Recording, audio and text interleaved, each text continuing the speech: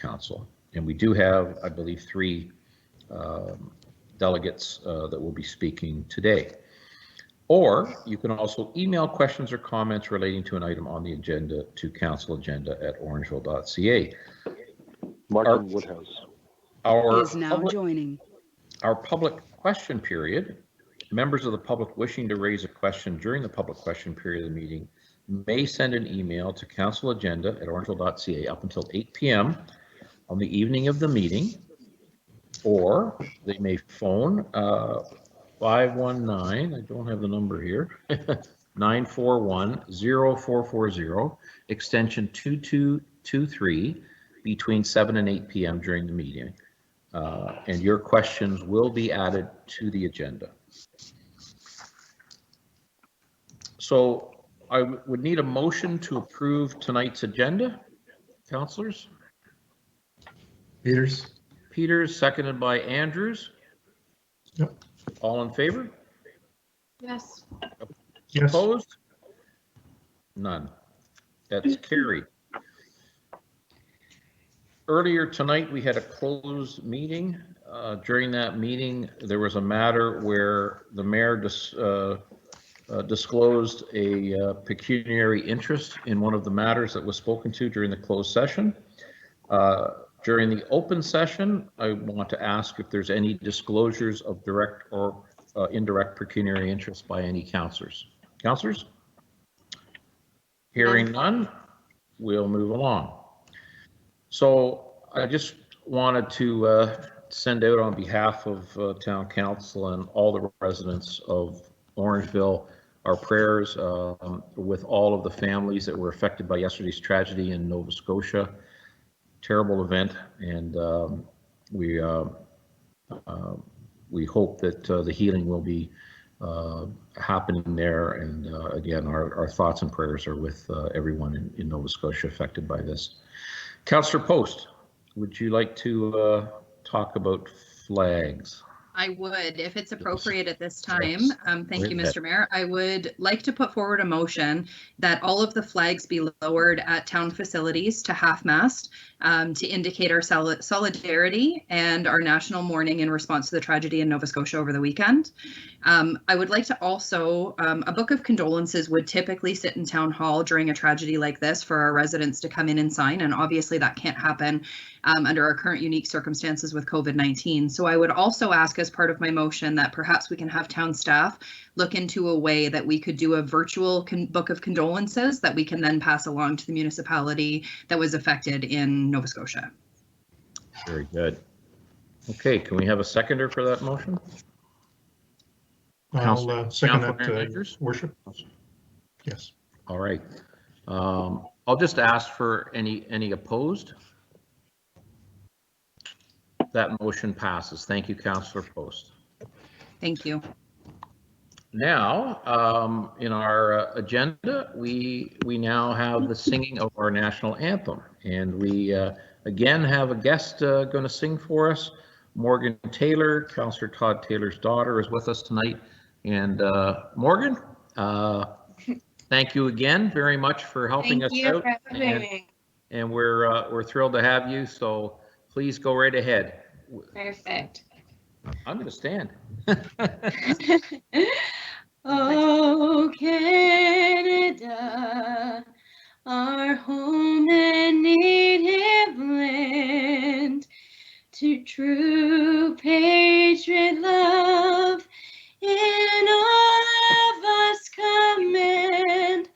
With glowing hearts we see thee rise, the true north strong and free. From far and wide, oh Canada, we stand on guard for thee. God keep our land glorious and free. Oh Canada, we stand on guard for thee. Oh Canada, we stand on guard for thee. Thank you. Wonderful, Morgan. That was That was excellent. beautiful. Thank you. Thank you. And we have a beautiful national anthem. We have a beautiful flag, and you know, this is the time that we need to think about the leadership of our country, who I think has been handling this crisis very well, both at the federal and provincial level. And we have a strong country, and we're all going to pull out of this problem in the near future. And I think we'll hopefully get back to normal very soon. But thanks again, Morgan. So we have some announcements here. Of course, we have our land acknowledgement. We'd like to acknowledge the traditional territory of the Anishinaabe people, including the Ojibwe, Potawatomi, and Odawa of the Three Fires Confederacy. This meeting is being aired on public television and or streamed live and may be taped for later public broadcast or webcast. Your name is part of the public record and will be included in the minutes of this meeting. Earlier tonight, we had a closed session of Town Council, and the following happened. We're rise and report on these items: that the confidential report CPSCL 2020-011 regarding personal matters about an identifiable individual, including municipal or local board employees and labor relations and employee negotiations regarding a committee appointment be received. And that confidential verbal report from Ed Brennan, CAO, regarding personal matters about an identifiable individual, including municipal or local board employees and labor relations and employee negotiations regarding Orangeville Police Service employees be received, and that a confidential verbal report from Karen Landry, clerk, regarding education, training, and municipal act be received. We have a motion to receive this, please. Mr. Mayor? Yes. Madam Mr. Mayor, if I may, I'm just going to ask that you take a separate vote on the first item due to the disclosure of pecuniary interest on that item, sir. Okay. Excuse me. So on item 1, that was the one where I disclosed an interest, and I was not present in that vote. So we'll have a separate vote on item number 1. May I have a motion on that, please? I will motion. Sherwood, seconded by Taylor. All in favor? Yes.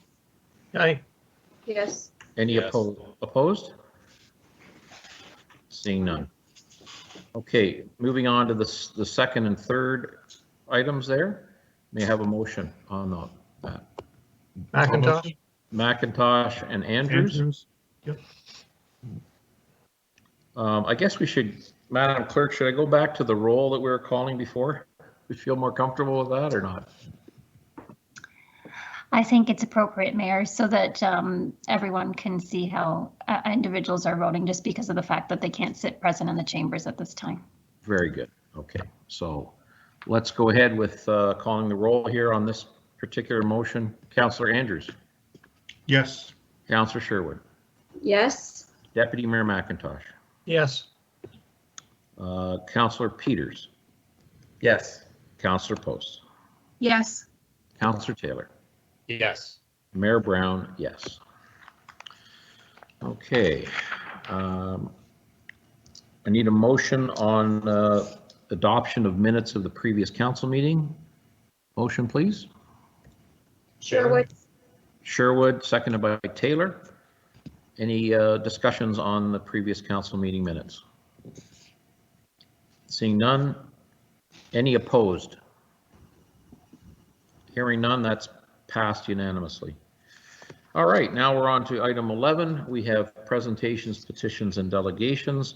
Our first presentation is from the BIA Board, Allison Shield, General Manager, and Joe Samet, President. Folks, are you online? I'm here, Mayor Brown. Thank you very much for having us, and I believe Joe Samet is with us as well. I'm here, Mayor Brown. Okay, very good. So would you please give us your report? So we are, excuse me, we're here together, and thank you for all of you having us present this evening.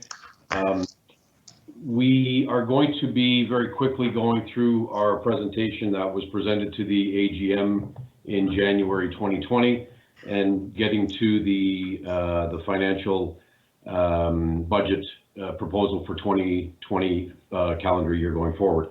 So do we have the slides available? Is there somebody that's manning the slides or taking care of the slides for us? The presentation was included in the council agenda package. Okay.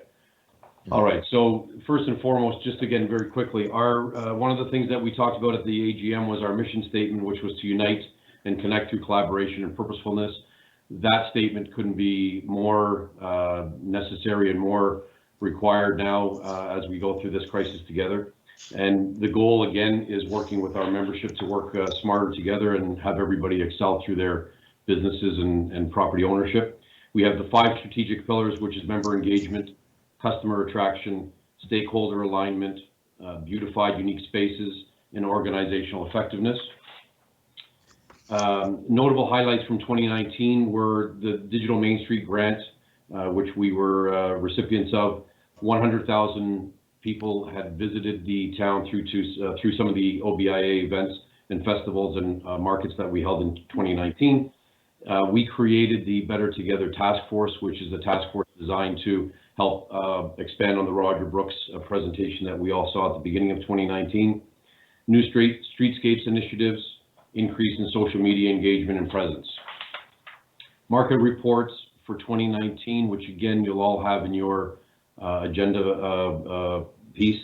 We had some great success in the farmers market, both summer and winter. Revenues were up, average weekly attendance was up, and the winter market also we saw increases in both revenues and attendance, which was great. The Better Together Task Force was introduced at the AGM, which consists of some local business people, and their job, their mission is to again create more public spaces based on the Roger Brooks presentation again that was presented to us. So they've come up with some ideas and games and things that we're going to be presenting on Broadway to create meeting spaces, open air meeting places for the public to get together and helping of the beautification of the spaces. Their goals for the 2020 calendar year are going to be busker music programs in the summer months. That yet to be determined based on what we're going through today. Outdoor games and visitors, for visitors, pardon me, and blade signage to help storefronts identify their purpose and identify their wares. Social media, we had 18,727 users, which was a 7.2% increase over 2018. 84% of those were new users, which is quite impressive.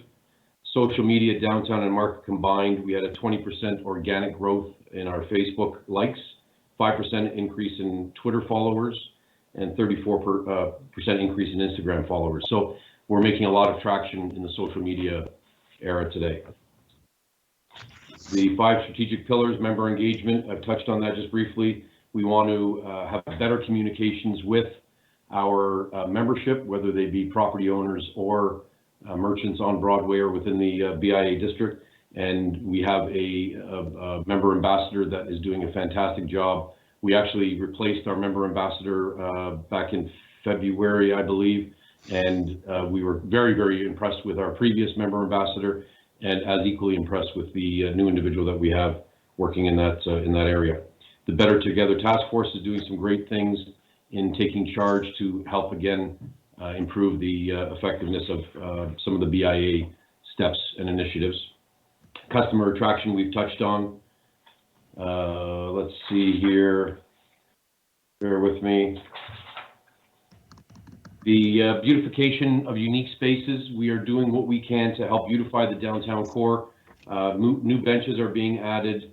Member canopies are going to be shared for within the merchants themselves, so that way they can host sidewalk sales and things like that.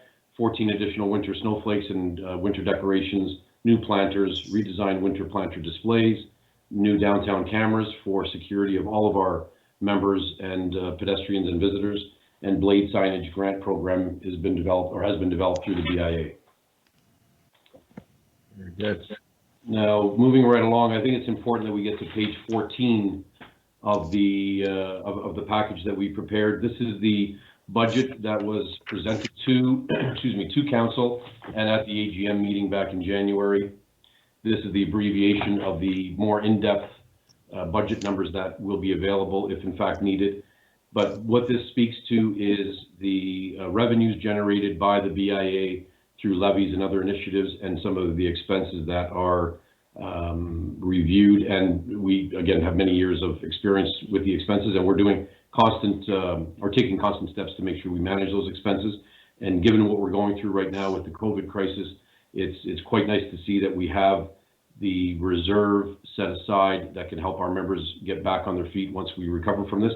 But starting at the top, we have the administration budget proposed for 2020 is $136,950.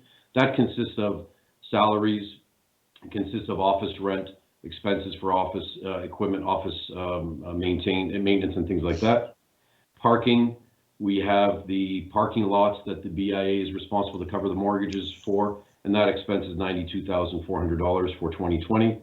Streetscape is $89,500, and that includes all of the initiatives that I had mentioned earlier, the continuation of the planter boxes and plant materials for the street, as well as some other initiatives that we put in place to help with the improvement of the streetscape for the downtown core. Marketing is at $41,000. The events were at $133,000. That, unfortunately, is most likely going to be revamped as we are now dealing with events being canceled. Some of the funds that have been earmarked for those events, if they've been paid to the event, have since been refunded back to the BIA, or we have agreed to allow them to keep them for startup costs when they get the program up and running again. But bottom line is we're managing those events very, very well to make sure that we can help keep the events going, help the events relaunch themselves, and all the while making sure that we're very cognizant of the money that's being earmarked for that area. Special projects is another thing that we have set money aside for this year, which again expands on the Better Together Task Force, the Roger Brooks initiatives. We had very, very big plans for the downtown core. Things have just been interrupted, but not saying they're being not going to happen. It might not happen at the time frame that we had all planned. So our expenses are $515,600 budgeted for 2020. Our revenues, including the levies, are $460,000 plus the additional revenues we anticipated making from the Taste of Orangeville event. We would have had $478,600 in revenues. That would have forced us to get into our reserve for $37,000, leaving us with a net reserve of $192,538. So on that note, it is very important to realize that this money is there for, it is our membership money, it is there for our members, and we are going to do everything we possibly can to help people recover from the setback that we've all experienced. And I think they're going to need our help more so than ever before as we hopefully get out of this within the next coming weeks and months. Any questions so far? Joe, do you have any plans for helping your BIA members coming out of COVID-19? We have set up a COVID task force that I'll let Allison speak to, but we have initiatives in place right now. And again, Allison, if you don't mind stepping in on that. No, not at all. So at its first meeting, its first special meeting after the crisis started, and we had permission to actually meet electronically, the board voted to put $10,000 to take it away from the purchase of waste receptacles and to put it towards member support for COVID-19. That's the beginning of the fund, and more will be added as necessary. But as it stands right now, there's $10,000 in that budget. We have contracted with Shopify and with Green Monkey to create a new downtown online marketplace, which will allow all of our members, all types, services, retail businesses, and restaurants to sell their products online. If they already have an e-commerce site, they can just connect the two together, so they don't have to do anything except, give us their website address, and we'll create a page for them. If they don't have the capacity to sell online, this is a great first step into that world. They could continue on selling just like that, or they could expand and kind of create their own website, but this is a great first step for them. Other BIAs have just launched theirs. Belleville is a really great example of a new marketplace that they have just put out, and it's getting lots of great reviews. So we're really excited about this. We're just at the beginning stages of it. We're hoping that we've already identified some members that are very keen to get on board, and we hope to have something launched within the next couple of weeks. So this will continue well beyond the crisis and into 2021 and beyond. Very good. So that's number one. We've also contracted with Green Monkey to provide our members with some free marketing support.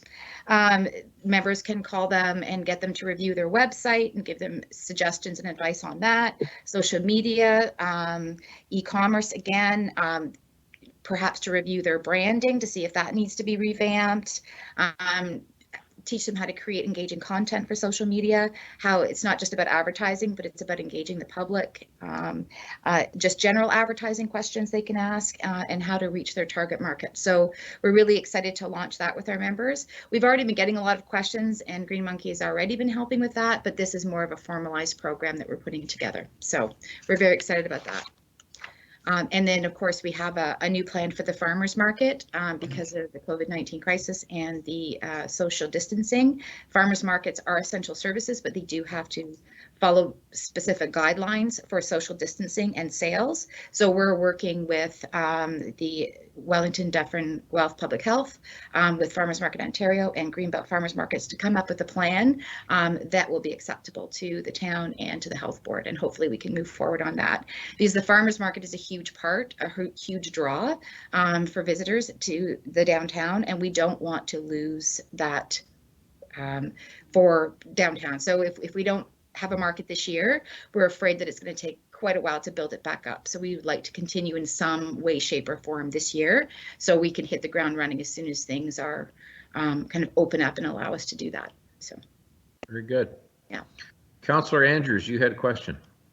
I do, Your Worship, and thank you, Ms. Shields, as well as Mr. Samet, for your report so far. And again, I'm most impressed about your COVID task force that you've implemented, and that's certainly great news for our business community. As the chair of BDAC, we've been watching some of the things that have been happening in town, and I think the resiliency of the members of the BIA represent some great things that are happening in our community, and looking forward to some of the other things that you've spoken about regarding the e-commerce component. Just to the point about the $133,000 for events, you kind of identified loosely about the fact that there may be some changes to that particular budget item. I guess two questions. Number one, what events are in fact under that particular category, and can you speculate the amount that in fact may be reduced in that particular budget line? Certainly. Excuse me. The largest, as we may know, is the Blues and Jazz, which I believe they accounted for $40,000 from our budget for 2020. They have canceled, but not permanently canceled the event for 2020. I believe they're looking at re-engineering it. If they can, they're looking at something perhaps later summer, early fall. So what the discussion with the people at Blues and Jazz is, if they are going to be going forward with some sort of an event for 2020, we will allow them some of the seed money, or to keep some of the money from the $40,000 budget for some seed money to get them started. And they might very well need some of that seed money to get started for the 2021 season in the event 2020 is canceled altogether. So that's the largest component. Allison, I can't access, bear with me, the other events. Maybe you want to, we have here Theatre Orangeville, Taste of Orangeville, Moonlight Magic, Christmas in the Park. So these numbers, I can give you each and every one of them individually, but please keep in mind that at this stage of the COVID crisis, or of the pandemic that we're dealing with right now, we don't know which events are going to be canceled, postponed, or re-engineered. So in the events, everything gets canceled, depending on how long this goes. That $133,000 budget will be additional funds that we can then earmark for something else.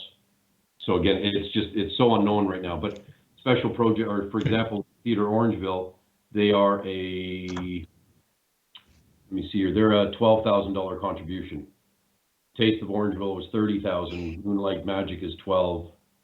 Christmas in the Park is 500. Harvest Celebration is 6,500. Blues and Jazz was in fact 42,250. And then we had some third-party events for 2,500, and transportation to and from the events through shuttle services was another 3,200. So it adds up very quickly, and it's going to be looking a little differently depending on how this pans out after the crisis. Joe, if I can interject here, I just want to make it clear that the BIA board has not discussed taking any money away from Theatre Orangeville because they are just delaying their season and they'll be starting earlier. So I don't anticipate that contribution will change. Christmas in the Park, that probably won't change. I hope not. I hope that by Christmas we are able to go and visit the park. Moonlight Magic and Harvest Celebration, depending on what happens with those ones might stay. Taste of Orangeville will very likely change, and it will be adapted to whatever way we can manage. So the cost of that hopefully would probably go down, but also the revenues would also go down. So it'll be an interesting season for sure. But we've already started looking at options for changing Taste of Orangeville. Okay. Very Thank good. you. Any further questions from councillors? Seeing none. Allison and Joe, thank you so much for your presentation today. It's very interesting, and let's hope we can get back to normal very soon. Thank you for having us. Thank you very much for having us. Okay, moving on. We have 11.2, Mr. Martin Woodhouse, Vice Chair of the Transit Task Force. Mr. Woodhouse. Good evening. How are you this evening? Good evening, Mayor Brown, esteemed members of Orangeville Town Council and members of the community that are joining us online today. My name is Martin Woodhouse. I'm currently a resident of the town of Orangeville and have been for the last 13 years. Additionally, I am Vice Chair for the Orangeville Transit Task Force. It is on behalf of the members of the Transit Committee that I speak to Council this evening. We are fully aware of the strain the current COVID-19 pandemic has placed on Council staff and our community as a whole. Personally, I would like to take a minute to thank Council and staff for the hard work and diligence during these trying times. Due to the added work and facilitating this type of Council meeting, I will strive to keep my comments to a minimum so that Council can complete tonight's agenda in a reasonable period of time. I will, however, remain online as a resource for Council as it discusses the recommendation of our committee, and I'll be pleased to answer any questions you may have to the best of my ability.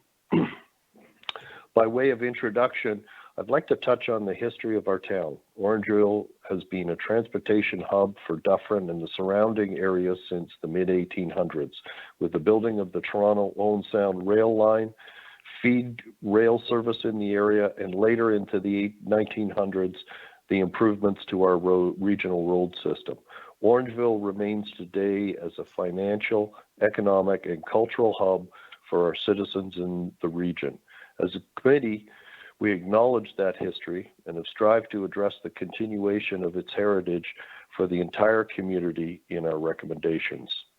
In addition to the history of our area and as a reflection of the needs of our community today, our committee has placed significant weight on the Sustainable Neighborhood Action Plan, SNAP, as adopted by Council, which outlines the need for an efficient and accessible public transit system to service all of Orangeville. We believe the recommendations contained in the committee report before you today will serve to address and expand the principles and vision of SNAP by providing improved access to public transit for all of Orangeville's residents. Furthermore, a centralized transport point within the downtown core will serve to enhance access to our local businesses, restaurants, government, medical service, and cultural events held within the central business district, and ultimately increase ridership on our transit system. During our extensive review of the path forward for Orangeville Transit, the committee has reviewed the findings of the Dillon Consulting Report titled Transit Optimization Study, first presented to Council in 2016 and later updated in 2017. Appendix of which is contained in our report and in the agenda on page 100. The Dillon report outlines several alternatives for a new bus transfer point and concluded the site on Broadway between First Street and John Street would be an optimal location for such a transfer point given the needs of Orangeville and as a part of a longer-term plan to serve the community.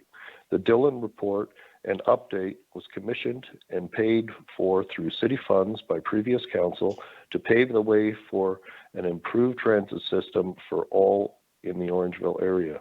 These findings, we believe, also reflect a worldwide opinion that a strong centralized public transportation system is critical to the health of the entire community.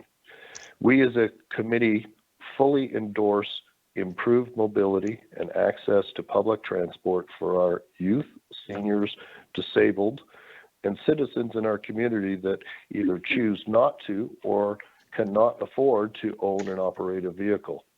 The recommendations of our report will improve their access to employment, shopping, and services they may not otherwise have easy access to. A four-route system, a revised bus transfer system, as discussed with staff at our meetings and outlined in the Dillon report, provides for servicing of outlying areas currently not served by the three-route system. These initiatives, combined with centralized downtown transfer points, improved visual and app-based information systems, will serve to enhance ridership, system efficiency, user confidence, and ultimately overall revenue. As a committee, we urge you at this time to favor endorsement and adoption of the recommendations contained within the task force report so that staff can begin the lengthy preparations needed to fully implement the growth and vision for public transit system within our community. Now is the time, as life changes due to COVID-19, the needs of the community are changing. The public access to a safe and efficient transit system will undoubtedly be a leading factor in the sustainable growth for Orangeville in the future. Finally, and in closing, I'd like to thank the hard work and professionalism of all the staff that supported our report and meetings. Without their assistance, it would have been a daunting task to develop and present this report to you today. And that's all I have to say, but thank you. Good, thank you very much. Councillors, do you have any questions for Mr. Woodhouse or comments? Seeing none. Mr. Woodhouse, Excellent. Thank you very much. I'm sorry? Thank you, Mr. Yeah. Mayor. Thank you, Okay. Mr. Mayor. Very good, sir. So you're going to hang on in case we have any further questions.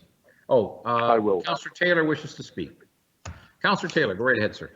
Yes, thank you, Your Worship. I'd like to speak to the elephant in the room with this report, and that is the transfer station and the location of the transfer station.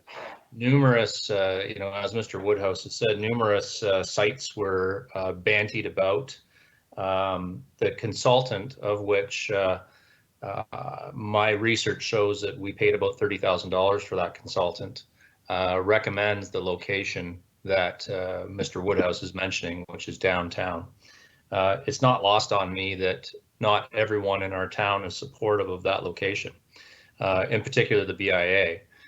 I think it's important to note that this committee, myself included, went to the BIA, sat and listened to their meetings and pitched. And I certainly am empathetic to their position that they do not want the transfer station downtown. However, I stand with the committee, and after the research and the work with staff, I'm fully supportive of it being downtown. It would be my thinking that if it isn't downtown, I don't know what we do for the future of transportation in this town. So I just wanted to state that up front and make sure that people are aware of that. Very good. Any other comments from councillors? So, Your Okay. Worship, we'll be discussing this further once we get to the report. Yes, as we get This on. was just a delegation, right? That's right. 12.5, there'll be some more of the nitty-gritty discussion at that point. Okay, thank you again, Mr. Woodhouse. Okay, our next delegation is Kimberly is it Van Ryn or Van Ryn, ma'am? Van Ryn. Van Ryn, very good, welcome. And Thank you, Mr. Mayor. Please go ahead. Thank you. So I attended the Transit Committee meeting on February 12th. Councillor Peters invited me, and I wrote a letter after I went to that meeting. I'm not going to read the whole thing. I'm just going to summarize it. But if anyone would like to see a copy of the letter, I'd be happy to email it to them. So I'm the Executive Director of Branching Out Support Services, a downtown business owner and an advocate for people with developmental, neurological, and physical disabilities and differences. After attending the meeting on February 12th, I was encouraged to hear about all the improvements that are being planned to Orangeville Transit. The more central bus hub location is brilliant. The increase of technology to alert patrons to bus arrivals and wait times is a great move forward, as is the addition of another route. I'm pleased to see the cooperation of town staff with council to work through some of these changes. I would strongly encourage the BIA to align with the town on this downtown bus hub move, and I will do my best to advocate for this within the BIA, of which I am a member. As a bus user, I don't drive, and as a support to individuals with developmental and physical differences, I feel compelled to comment further on the improvements to our bus system that need to be made. I made a comment about using inclusive language, just asking that when we have these discussions, we could talk about people who have developmental differences using the words people who have a physical developmental or disability or difference. I also made a comment on using the words wheel trans and feel that if we're going to move towards a more accessible service, that this term needs to be revisited. I would strongly argue that wheel trans is a poor name choice for accessible transportation, as it implies that all people who require adaptive transportation are in wheelchairs. In my experience, this is not the case. I work with a variety of individuals who do use accessible transportation due to walkers and other assistive devices such as leg braces or canes. But accessible transportation will also be utilized by individuals with autism, those who are deaf or have sight impairments, and people with medical diagnoses like Down syndrome, genetic disorders, brain injury, or sensory processing disorders. These people may not use devices like wheelchairs or walkers, but they require accessible transportation in service of their individual differences. I would like to move on to discuss the level of service provided.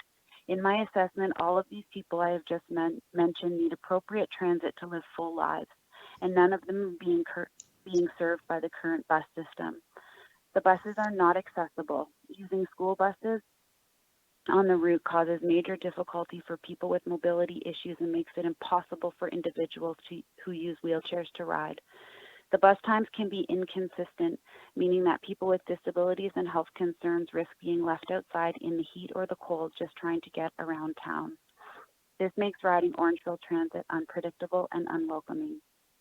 There is also a complete lack of dedicated public transportation for adults with developmental differences to access local amenities, programming, and recreational and community events. All things that citizens of our town need to live a healthy and vibrant life. How are these people getting involved in the community and living full lives when they are bound to their residences? Will the town of Caledon, Guelph, and the region of Peel have programs to address the needs of not just those in wheelchairs, but people with other barriers to transportation? We have none. I have spoken with the Dufferin County Community Services who inform me that while there is a funded program for individuals to get the medical appointments, that is the complete extent of their service. It is a well-researched and documented fact that social isolation increases both the risk of major mental health and physical issues. These issues cost our systems, both tax and interpersonal, a lot of money. Could some of this impact be mitigated with a more accessible system that includes public transportation and specialized transportation for those who require it? Now is the time. The transit system is ripe and ready for some major changes in our town. I can see the planning, time, and thought that has gone into the process thus far, but our thinking must go further.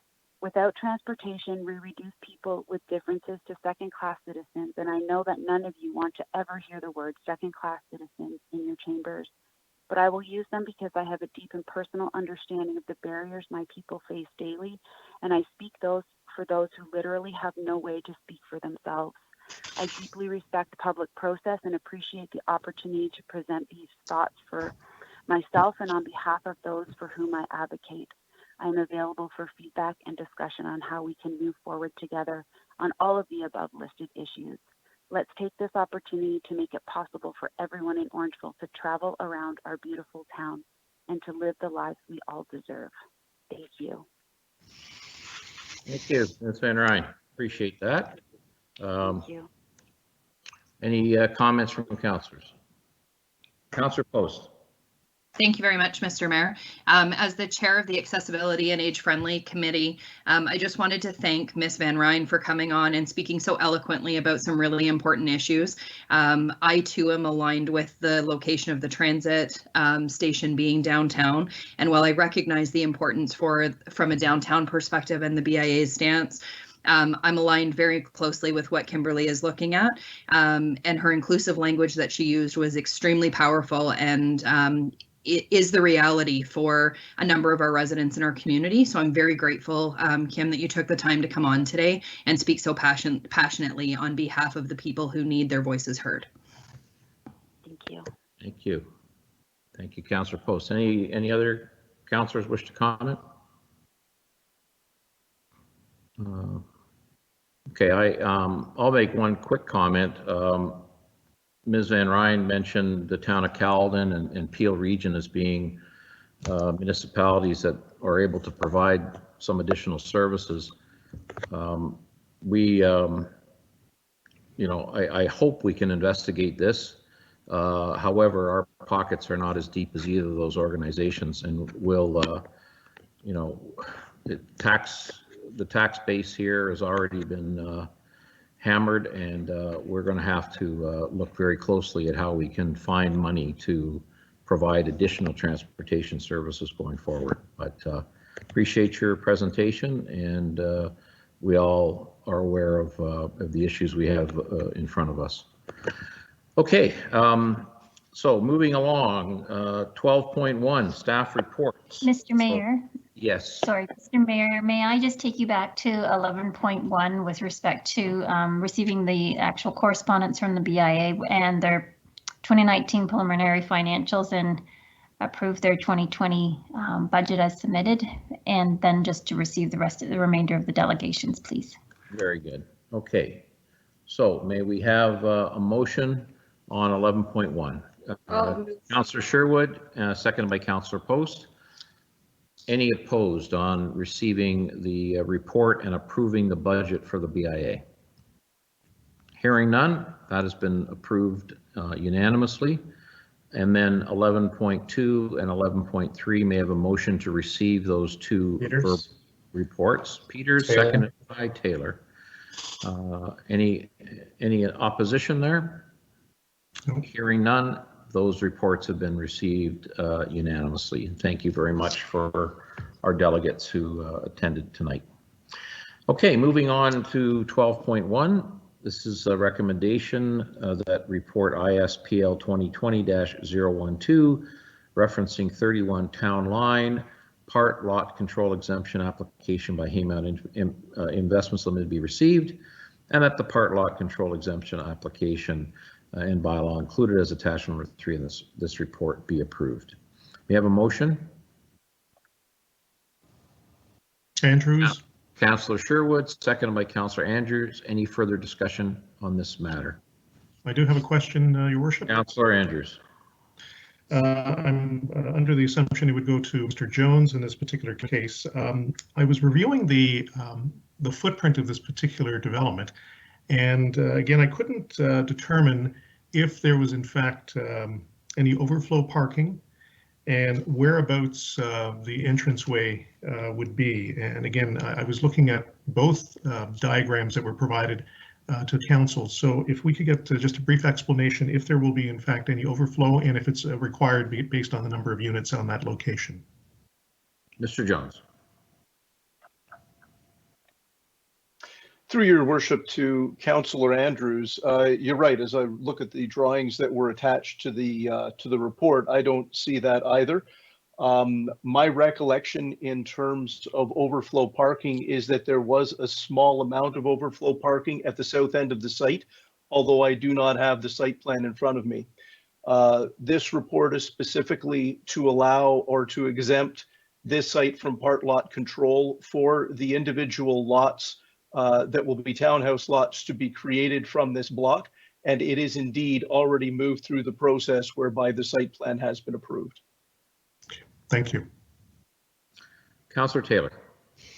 Thank you, Your Worship. Just 2 points. I did drive by the building.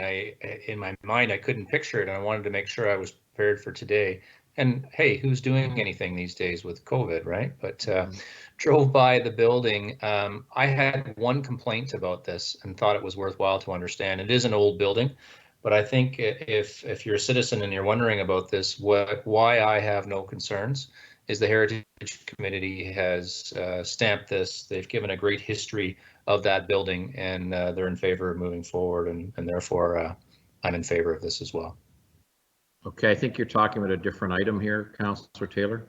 This one, I'm sorry, 53 Town Line is what yeah, my apologies. So 31 Town Line, correct me if I'm wrong, Mr. Jones, but we've already given approval on a demolition on that building, correct? Mr. Jones? For 31 Town Line, yes. Yeah. In fact, the construction of the townhouse complex there is well underway, Your Worship. Right. Okay. So this is Kimberly Van Ryn is now exiting. Okay. All right. So I guess we have a motion on the floor here to receive this and approve this document, these two documents. Any in opposition? Hearing none, that has been passed unanimously. Moving on to 53 Town Line. This is a demolition permit application, and we've heard from Mr. Taylor. This is the building at the corner of John Street and Town Line. There is a proposal for a large development on that land in behind that building, and yeah, it looks like an exciting development for our town if and when that does happen. And I think I read in the documents that the construction has to be completed within 2 years. Is that right, Mr. Jones? On this? Yes, Your Worship. That is one of the conditions of the demolition permit. Yeah. Oh, it's so construct and substantially complete within 2 years, right? Okay. Any further comments beyond what Mr. Taylor has already said, councillors? Okay. Did we get a motion on this yet? I don't think we did we? No. Can we have a motion, please, to pass this? Councillor Taylor? Motion. Seconded by? Councillor Andrews. Councillor Andrews. Any in opposition? Hearing none, this item has been passed unanimously. 12.2. Moving on to 12.3. This is a update on climate change initiatives. It is report IS ENV 2020-008. It's an update on our climate change initiatives. And I need a motion to receive this. May I have a motion? Post. Peters. Post, seconded by Peters. Would anybody like to speak to this? Mr. Andrews?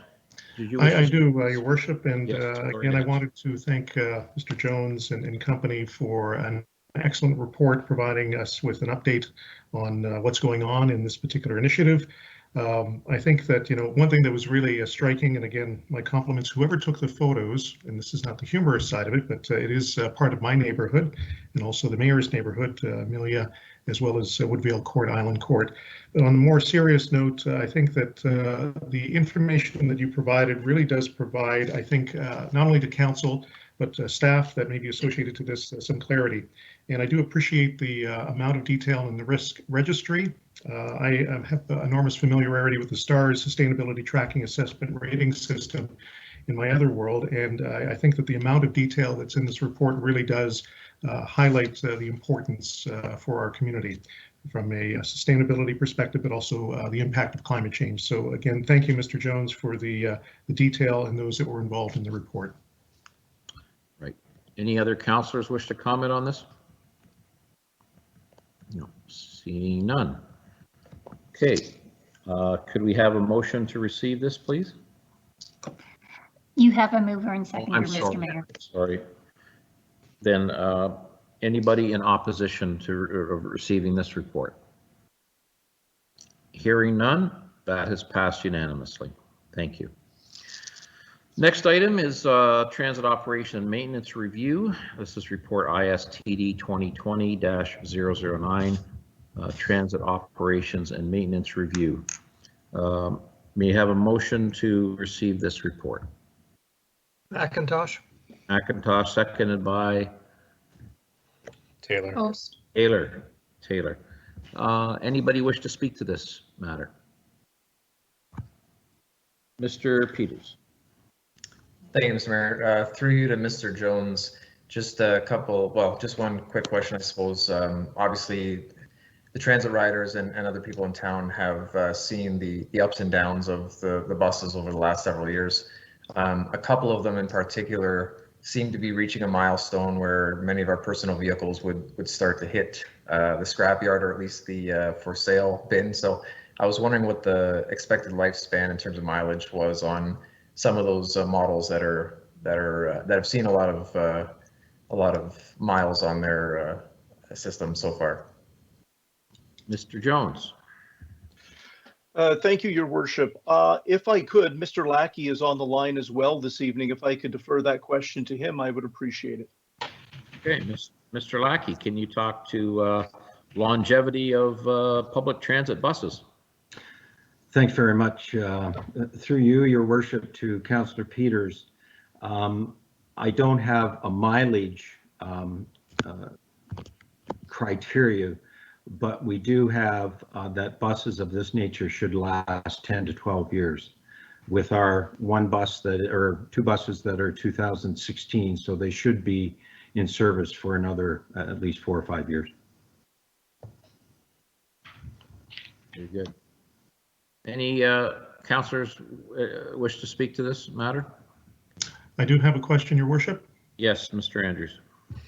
Thank you very much. At a previous council meeting, I ended up bringing up my concern regarding revenue with the transit process, and I am pleased to have received some communication from Ms. McKinney, and I'm wondering if she might be able to speak to an update on this, because again, I was looking at projected revenue, and I think, Mr. Mayor, you also indicated that your thoughts were that there were opportunities for improvement, especially from a revenue generation perspective.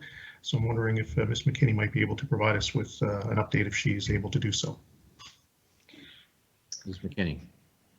Thank you, Councillor Andrews. Through the chair, this is a question that Council has asked before, so I would like to remind the Council that as part of the report that was brought forward earlier this year, we also identified that we'll be looking to outsource advertising, and that would include, I apologize, my video is not on. That would include the buses more broadly. Are there additional opportunities there, as well as that's interior and exterior, shelter, and other potential future advertising sources. We worked with other municipalities to get source RFPs so that we didn't need to reinvent the work, and we're looking to issue them this quarter. Okay, very good. I've got a question, Mr. Lackey, if I could. I'm looking at page 4 of the report. At the top, it talks about the amount of time that the buses have been in service over the past 2 years, and boy, I got to tell you, it's disappointing. And what's your gut feeling, Mr. Lackey? Is this something that we're going to be able to get over?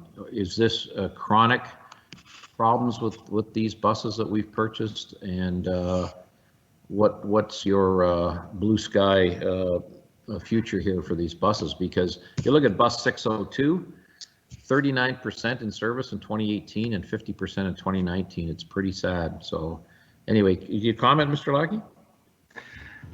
Yes, Your Worship.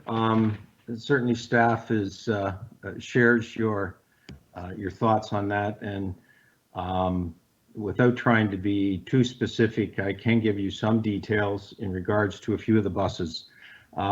We found some common issues. They relate to corroded pipes, corroded wires, and so forth. They seem to be related to the climate or weather that we drive these buses in. Also with bus 1601 and 1602, the engine had to be rebuilt on both of those, and that is related to a regeneration issue where the bus is dealing with diesel particulate and cleaning the exhaust.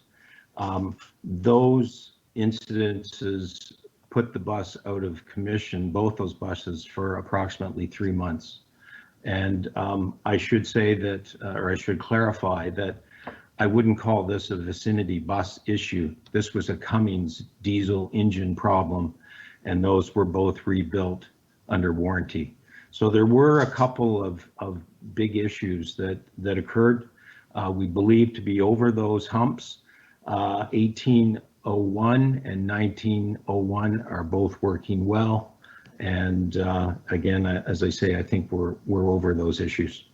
Right. So 901 is the Alexander Dennis bus. Is that correct? That's correct. And that I see it's running 90%. That's correct. Did we buy that one brand new, or was it a demo item? No, it was brand new. Both 1601 and 1602 were demonstrators, and we had to take that route in light of the fact that our previous fleet fell apart and we needed some buses in a hurry. These were made available to us. Right. I was just wondering about the cost of renting the school buses that have been put into service. Do you have that number handy or not? I do have that number. For 2018, it was approximately 87,000, and in 2019 it was 57,000. I should point out that in 2018 we only had 2 buses. In 2019 we were up to 3 buses, hence the drop in the rental fees. Right. And you've got vehicle maintenance costs on page 3 there for 2017, 18, and 19. Does this rental number fall into that line item or into overall operating costs, or? No, it doesn't. It doesn't fall into the vehicle maintenance. It falls into the operating costs. Overall operating costs. Okay. So you feel the two engine issues were substantial part of this problem, and they've been resolved. And but what can we say over the last quarter? Have the buses been operating reasonably well? Yes, I would say that the buses have been. Okay. And so frustration, I think, is that we've spent a lot of money on these buses for the sole, well, not the sole purpose, but I mean the purpose of providing easily accessible transportation, and by not having them, in service, it removes that that positive that we've been spending all this money on. So anyway, I'm glad to see that maybe we're over the hump here. I hope we are. But to see those vehicle maintenance, these vehicle maintenance costs, Mr. Lackey, it's over $100,000 on average across the last 3 years. Is that what you would expect going forward, or have you got any? I know that's hard to answer, but do you think that a lot of these problems have been resolved now, and these buses are in better shape and be able to withstand our winters? Yes, I do. I believe that, as you say, we're over the hump. We do stress that they are to be repaired efficiently and effectively right away to be put back into service. And we do spend, or there has been time spent by the bus manufacturers to improve their response time. And they have implemented some measures that will hopefully speed up that recovery time to get them back on the road. And I mean, that does not come just from Orangeville Transit, that comes from the transit industry across the province. Right. So thinking positively, we've got 4 buses for 3 routes. So you do have a spare right now to put in for regular maintenance and for crisis maintenance issues. So you're expecting in 2020 that our numbers are going to be much better on the amount of time in service for these buses? Yes, I do. Okay, good. All right, any further questions from councillors before we move along here? Seeing none, can we have a motion to receive this? You have the motion, Mr. Mayor, from Deputy Mayor McIntosh and Councillor Taylor. Okay, I apologize. Thank you very much. So anybody in opposition of receiving this report? Hearing none, we've unanimously approved 12.4. All right, moving on to 12.5. This is the Orangeville Transit Task Force recommendations, report ISTD 2020-007.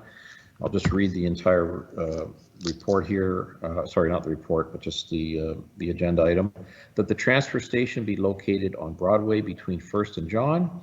That the Orangeville Transit go to a 4-route system. That advertising revenue be maximized by advertising in shelters and internally and externally on buses, and that the space available for advertising on exterior buses should be maximized and not limited to the 3 locations currently used, and that there be no Sunday transit services or operations, and that ride-sharing options not be pursued, and that no further action be taken by the Transit Task Force on the taxi service issues, and that staff look into the feasibility of purchasing its own accessible bus or contracting out and exploring the possibility of partnering with Dufferin County. Okay, so I guess I think we should talk about this first before and see if there's any changes to this that we might want to make before we call a vote. Councillor Post wishes to speak to this item. Councillor Post. Yeah, I was hoping just to ask a question actually to perhaps Councillor Taylor would be the appropriate person to ask. I noticed in the report that there is that they spoke about Sunday service to transit and that it was deemed not necessary. With the potential change of the transit center being moved downtown and the BIA having opened up a lot of our businesses on Sundays. Did you discuss that at all when you were looking at that option? Because I have some concerns about no operation moving forward, or is it something that you wanted to see how that went and then potentially add it on later? Just some questions about how that would play out. Councillor Taylor. Yes, thank you, Councillor Post, for the question. In my mind, you know, as full disclosure, I don't think we discussed the businesses open on Sunday. It was more of a ridership issue. That would be my recollection, and it wasn't deemed necessary based on the amount of ridership that we had. But I think I should defer to Mr. Lackey and just make sure that I'm answering that appropriately. Mr. Lackey, would that be correct? Through your worship to Councillor Taylor, Sunday ridership is determined by the ridership on Saturday. And if there is a section in our optimization study that speaks to this, and at the present time, our Saturday ridership does not meet the criteria that would lead you to implement a Sunday service. Certainly that is an issue that in the past has been discussed or brought up by the general public. We watch for that, and once we sort of hit that point, then certainly we would look at implementing a Sunday service. But at this present time, it's not justified. Your worship? Yes. Who is that? I'm sorry. Councillor Taylor.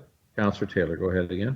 If I may, again, just to pick up on what Mr. Lackey's saying, what we found was, I mean, the buses are very busy in the morning and they're very busy in the evening. And unfortunately, the complaints that I think all of us have had is who's riding that bus during the day? And it's light during the day, I guess, to pick up on the point. So it certainly is needed. It's hustle and bustle at those times and at the beginning and the end, and in between, we're working to get the ridership up. Okay, Councillor Peters. Thank you, Mr. Mayor. Through you, just a comment in general. I'm very much in support of having that location downtown, as is Sustainable Orangeville as a committee. They delegated at the transit committee meetings as well. To the points brought up earlier, I think this aligns with the SNAP, the Sustainable Neighborhood Action Plan. I believe Mr. Woodhouse brought that up during his delegation. So I think these factors should lead to increased ridership. It encourages activity downtown, which is what we all like to see there. And, you know, parking issues, be them what they may, I understand that's part of the perspective of the BIA. I think finding those parking spaces, if needed over time, can be done. But I think having the transit terminal downtown is a very good move, and I'm in support of it. And again, the committee was as well. So just another viewpoint to add to the discussion. Right. Okay. Councillor Sherwood.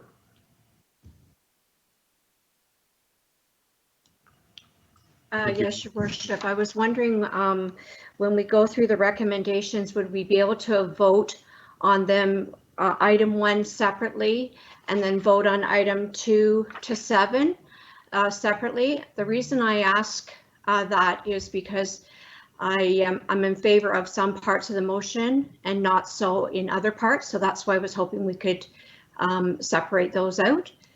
As a member on the BIA board, it is concerning of the loss of the 11 parking spaces that could impact businesses in that immediate area. And of course, we very much want to protect our downtown parking inventory, as it's quite a precious resource to begin with. So having said that, it's not that I'm in support of it going in the community garden. Depending on how the votes go, I could put another motion, but at this time I would like to request that we vote on item 1 separately from 2 to 7. Okay. All right. I just wanted to make some points there. I'm concerned about the downtown location on a number of fronts. Loss of the parking spots. You've got some important businesses there, including Service Canada, and the main office of the post office is right there. Just painting lines on the pavement is not going to be enough for enforcement, so we're going to have some additional cost of enforcing the parking ban on those spots. I think idling buses, you know, in that area beside the pedestrian sidewalk, in front of apartments that'll have their windows open during the summertime, and the business storefronts. I don't know that that's the greatest of things to have the buses idling in those positions. And I'm concerned about safety of pedestrians crossing that road. I don't think the pedestrians are going to walk up to the lights and cross. I think they're just going to run across, and I'm concerned about that. Buses are already running on Broadway, so we don't have any issues of people getting to stores on Broadway. So those are some of the anti-downtown ideas, and I guess we'll see how this vote goes as we move forward. Any further comments on this item? On any of the items that are on this agenda item? Councillor Peters, may I? Yes, go ahead. Just a quick rebuttal, I suppose, to the downtown access. I think the point of having the hub there makes it easier for people to get downtown. That's a 1 trip instead of 2 trip. If you're making a transfer somewhere else off of a route that wouldn't necessarily get there when we get to the 4 loop system or the Cloverleaf system, I think we are decreasing the potential ridership by making it more difficult to get downtown. Not for everybody, but I think it's worth noting that getting downtown is not necessarily going to be any easier if the transit terminal is somewhere else. Right. And there's some arguments though on the Center Street location is, you know, there are some destination points in that area, including the Edelbrock Center, the beer store, the dollar store, Freshco. So, you know, that's not without need of being serviced over there and a destination point for many travelers. Yes, is that Councillor Taylor? Yes, thank you, Your Worship. First of all, I'd like to thank Council. I love the way that we interact as a group and can have these discussions that are divisive and do it in such a professional way.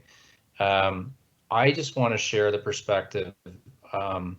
You know, this is the second transportation committee that I've been on. I've watched staff go through every different situation that can possibly be thought of. And then there was even then some. So there was like the fourth bad idea, the fifth bad idea in terms of what we do with this.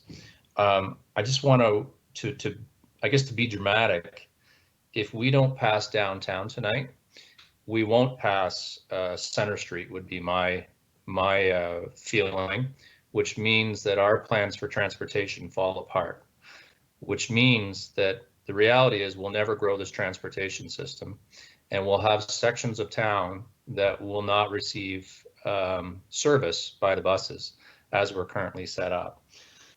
So I think, like, if you vote no today, then think long and hard about what next steps are, because there isn't one, and there isn't an efficient manner to go forward. And I just think it's really important that we all understand that as we vote tonight. So I thank you for listening. Mm-hmm. Very good. Okay, so if there's no further comment from councillors, okay, let me make everybody aware. There's one other piece of correspondence that came in on this, and this is from Patrick Neely, who was a member of the Transit Task Force. I'll just read you his note that came in. I was on the Transit Task Force. I am not in favor of the transfer station being on Broadway. Part of the discussions re this location was that Broadway is a crucial spot to have the site. My argument is that since the transit formation, there have been 6 buses an hour that can stop anywhere downtown at a bus stop. Has bus usage increased because Broadway is a preferred destination? Also, the Center Street location was the second favorite, but the community garden would be impacted. My other question is, what kind of yields are the fruit trees giving now based on the argument that they would need to be moved should the buses go there? Most of the trees have been there for a few years. I don't see a lot of fruit on them when I walk by, and I walk by often. Thank you for listening. So there's a member of the task force is in opposition for Broadway. I don't think I have any other correspondence on this item. So taking Councillor Sherwood's suggestion, because the most contentious part of this report is the location of the transit hub on Broadway, could we have a motion to approve the transfer station be located on Broadway between 1st and John Street? I'd like to make that motion. Councillor Taylor, seconded by? McIntosh. McIntosh. Sorry, may I ask a question? Yes. Councillor Peters? Yes, Councillor Peters. Through you to Mr. Lackey, would we have to group this motion with the 4-route system? Because as I believe the 4-route system depended on having a different location for the hub, or am I incorrect about that? Mr. Lackey. No, I think you could make it, or through you, Your Worship, to Councillor Peters, you could make it an independent vote. It's not dependent. Okay. Okay, thank you. So we can have a three bus route system using the hub for the time being until we develop a 4th route. Is that correct? Correct. Okay. Okay, so we'll do a roll call on this vote unless there's any further discussion, councillors. Do you mind repeating the motion on the floor? Yes, the motion is that the transfer station be located on Broadway between First and John Street. And I guess, Councillor Taylor, correct me if I'm wrong, but as per site plan and drawings prepared by Dillon Consulting, is that correct? Did I not see hatched areas of exactly where this would be located? This is in conjunction with town staff, so that was the recommendation at the time by the consultant. Okay, but Mr. Lackey, Mr. Jones, one of you could answer, do we have the exact definition of where this is going to be nailed down? Your worship, it's Mr. Jones speaking. We do have a general schematic that showed us how it would fit on either side of Broadway between First and John. That was based on the drawings that were provided to the consultant. Upon getting approval of this and moving this forward, we would need to go out and mark it out exactly. So that's why it's spoken of generally, and there isn't a drawing along with the recommendations. Okay, very good. All right, I'm going to call the vote now. Councillor Andrews. Yes. Yes. Councillor Sherwood. No. Deputy Mayor McIntosh. Yes. Councillor Peters. Yes. Councillor Post. Yes. Councillor Taylor. Yes. Mayor Brown, and I'm going to vote no. I'm in agreement with the BIA's wishes on this matter. So I will vote no. So we have 2 no's here, Sherwood and Brown, and the rest, this motion is passed 5-2. Okay, moving on. So the balance of this recommendation and to council includes that the transit go to a 4-route system. If we could have one more ask here of Mr. Jones, correct me if I'm wrong, but does the 4-route system require the opening of the Hanson Bridge to really make it as efficient as possible? Mr. Jones? Your worship, it doesn't. Okay. We've sketched out with the consultant some ideas for a 4-route system, but it hasn't been finalized because we didn't have a central transfer point. Now that the decision has been made with a central transfer point, we have some money in the approved operating budget to go back to the consultant and to work out a 4-route system that would function with the town as it stands today. Certainly later on, when the Hanson Bridge is opened, that can be revisited. But we can certainly make a 4-route system work with this transfer point in hopefully the near future. Right. And as a follow-up to that, that will require us to acquire another bus, 4 in service and 1 standby for regular maintenance and crisis fill-in. Is that correct? We will need at least 1 more bus, possibly 2. We need to look into that and determine exactly whether 1 additional bus is going to be sufficient or not. Right. Can you also fill in council and those who are listening at home on the grants that have been approved for use on capital projects within our transit system? What is the amount of money that is going to be available? And this is a 3-part grant process, I believe, with the federal, provincial, and municipality all being involved. Do you know what that number is, sir? I will defer to Mr. Lackey on the exact number, but my recollection is that you're correct. It is a 3-way funding program, and that the province had approved our application to be forwarded onto the federal government. I don't believe the federal government has made a decision yet. However, I will defer to Mr. Lackey on that point. Mr. Lackey. Yes, Your Worship. Mr. Jones is correct. It's in the hands of the federal government. And the amount requested was in the order of $2 million. Right.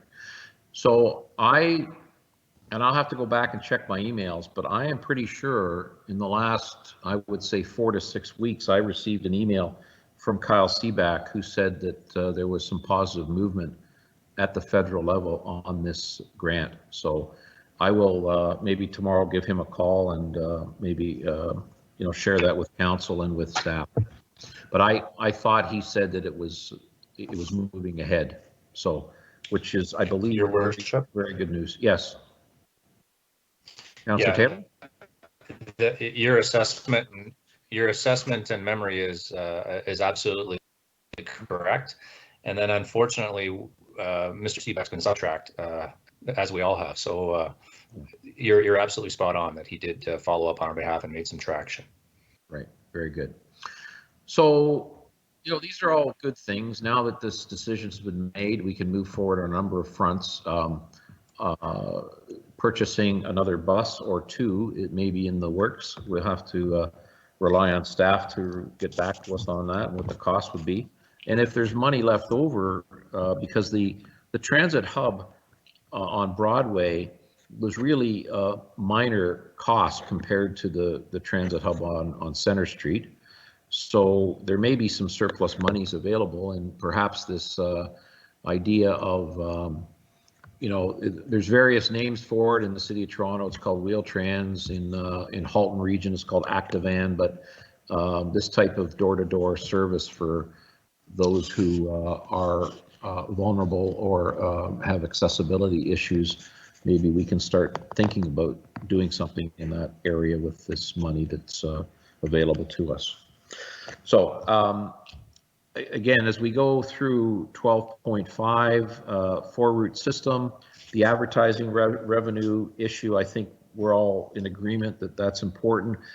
I think Sunday transit, my thoughts would be, again, Councillor Taylor, maybe, if we want to ask staff to put a report together on what the cost would be, and that might be something we would consider in a budget discussion in the later on this year, might be something to consider.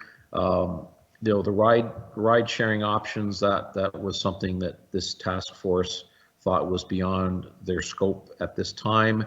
And of course, the taxi service issue is being dealt with bylaw right now.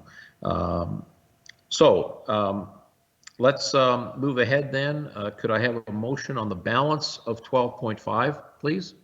Andrews. Peters, seconded by Andrews. I think we're probably all aligned on this, so I'm just going to ask, is anybody in opposition? Very good. Hearing nothing, those recommendations have been passed unanimously by council. Moving on to 12.6, OPP transition update. Mr. Brennan, would you like to give us a brief report on this, sir? Martin Woodhouse. Is now exiting. Your Worship, through you. The report itself, it's a brief report, but basically it's to state that we are online from the construction and the renovations that need to be done at the facility itself. We've been working consistently with the OPP and OPS and support from the Police Services Board to move the transition forward. We're hoping to hear from OCPC by mid to late May on their decision. The OPP has been working with uniform officers at this stage, looking at the application process and proceeding with it. They will be looking at, I think, the civilian members in July, coming July, the latest. But other than that, at this stage, we are on target for the tentative transfer for October 1st. I'm sorry. When do you feel OCPC is going to be back to us? Oh, it says mid to late May. Correct, Your Worship. Okay, very good. Is the deputy clerk online? No, I am though, Mr. Mayor. Yep. I'm just a quick question. Were there any questions that were called in between 7 and 8? Yeah. No, there were not, Mr. Mayor. Okay. Yep. Thank you. All right, Mr. Brennan, thank you. Councillors, any questions of Mr. Brennan on this OPP transition report? I do have one, Your Worship. Councillor Andrews, and then Peters, was it? Yes. Yes, Andrews first. Go ahead, sir. Thank you very much, Your Worship, to Mr. Brennan. Regarding the facility upgrades, with the essential services edict that came from the province, does the renovations for the location fall under that umbrella that would allow the renovations to take place, or would it become somewhat problematic from a timing perspective? Mr. Brennan. Your Worship, through you to Councillor Andrews, we feel that it would not fall under that umbrella. It would be essential renovations to move it forward as a part of a municipal building, our government. It also would be to house the OPP, which is a provincial organization. So at this stage, we do not feel that it will hinder the production or fall under that umbrella. And we're hoping that, you know, come July, late June, July, that some of the restrictions hopefully would be lifted as we try to get the economy back going if this COVID-19 under control. Very good. Councillor Peters, please. And then Councillor Sherwood. Mine was very similar. I'll decline. Okay. Councillor Sherwood. Yes, through you, Your Worship, to Mr. Brennan. Thank you for the update, and I forgive me for my ignorance if I've forgotten the timeline, but will we be told at some point how many officers were successfully hired on, as well as civilians and auxiliaries? Your Worship, through you, absolutely. When we first get the numbers from the OPP, we will certainly be forwarding those to Council and the Police Services Board, and of course the association and members of OPS. Very good. Okay, any further questions, councillors? Okay. Could we have a motion to receive Mr. Brennan's report? Councillor Sherwood, seconded by? Councillor Post. Councillor Post. I'll just ask if there's anybody in opposition to this. Hearing none, that motion has been passed unanimously. Thank you. Moving on to 12.7, this is implementing COVID-19 continuity of operations, a recommendation that reports CPS GM 2020, dated April 20th, implementing COVID-19 continuity of operations be received. Any councillors have any questions about this particular report? Seeing none, may I have a motion to receive? Andrews. Andrews, seconded by? Taylor. Taylor. Any further questions?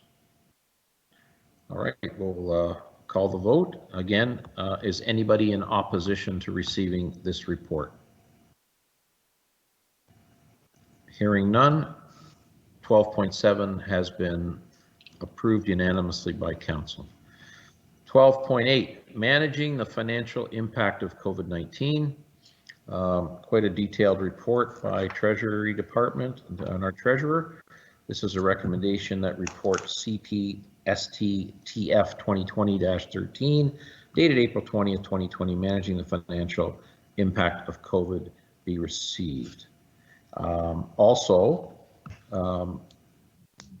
Yeah, so is there any further questions on that particular report from councillors? I want to thank our treasurer, Nandini Syed. Oh, Councillor Sherwood, would you like to ask a question? Yes, go right ahead. Oh, sorry, Your Worship, I wasn't actually going to. Oh, you were going to motion to. I was actually just going to thank the treasurer, and it sounded like I was going to say exactly what you were about to say. So I'll let you continue, because I was going to thank her for the great report. No, obviously a great deal of work went into this and a lot of thought. So again, this is going to be revisited again, I guess, probably every 2 to 4 weeks as we go forward.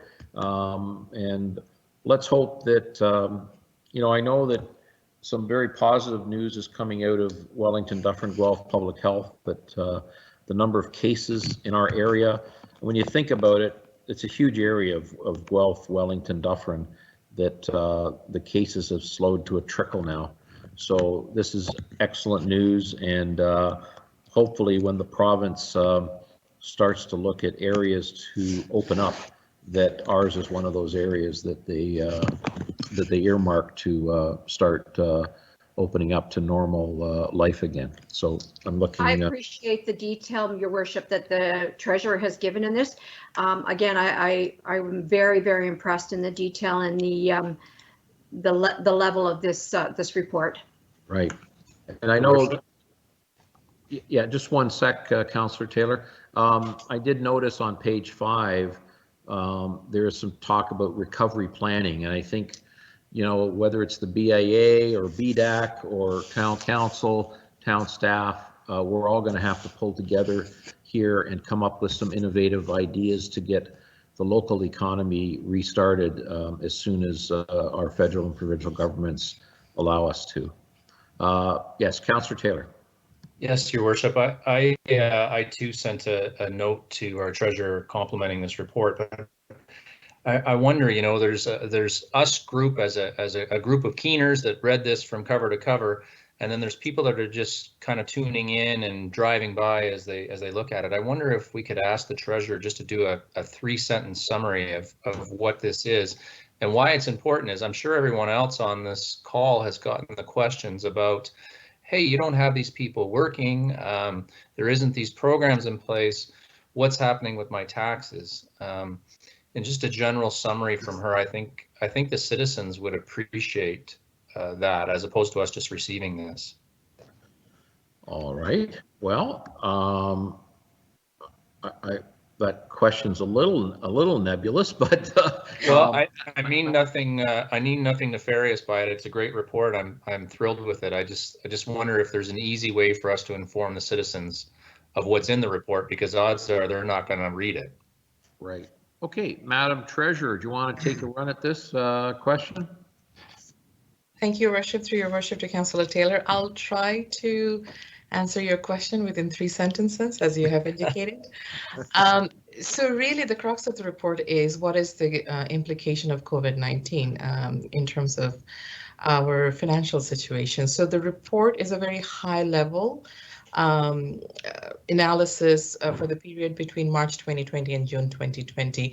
And as the report indicates, that the immediate impact we'll see in user fees, but not throughout the organization, user fees relating to libraries, facilities, recreational programs, and so on.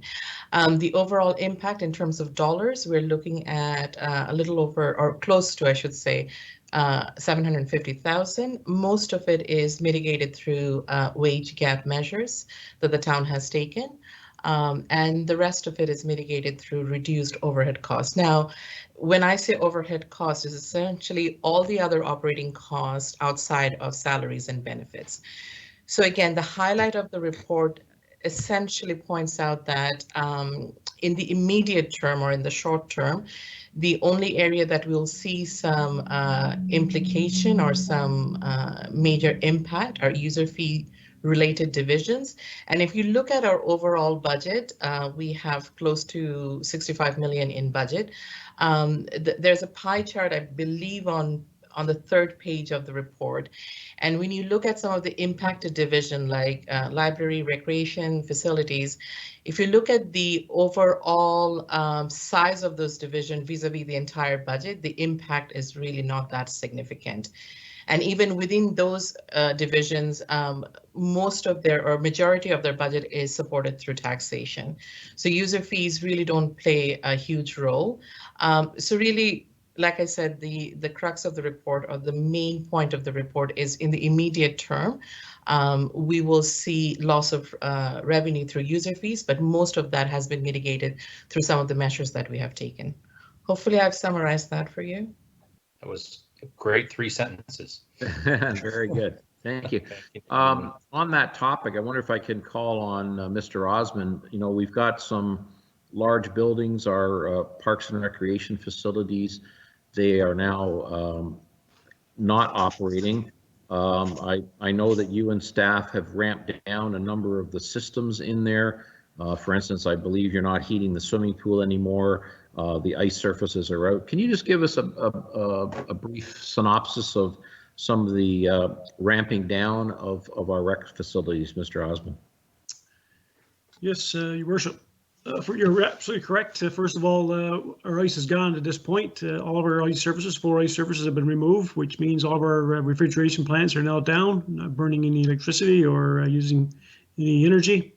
We've also drained all of our 3 pools in both of our big buildings in Alder and Tony Rose. So there is no water. We still have some pumps going to maintain certain things in the operation. All of our energy costs in terms of lighting, if we're not working in a particular area of the building, these are all total roughly over 250,000 square feet of space. And when our crews, we have crews working in the building now doing a lot of maintenance to keep up with the maintenance side of the assets. And when they're not in a certain part of the building, of course, all the lights are down and all of our energy is turned back. Our HVAC systems likewise. HVAC systems are turned off where possible, and they'll be reactivated when we get back to some kind of re-ramping up, if you would, of the operation. But for the most part, the buildings are, we've taken every step we can take to reduce energy.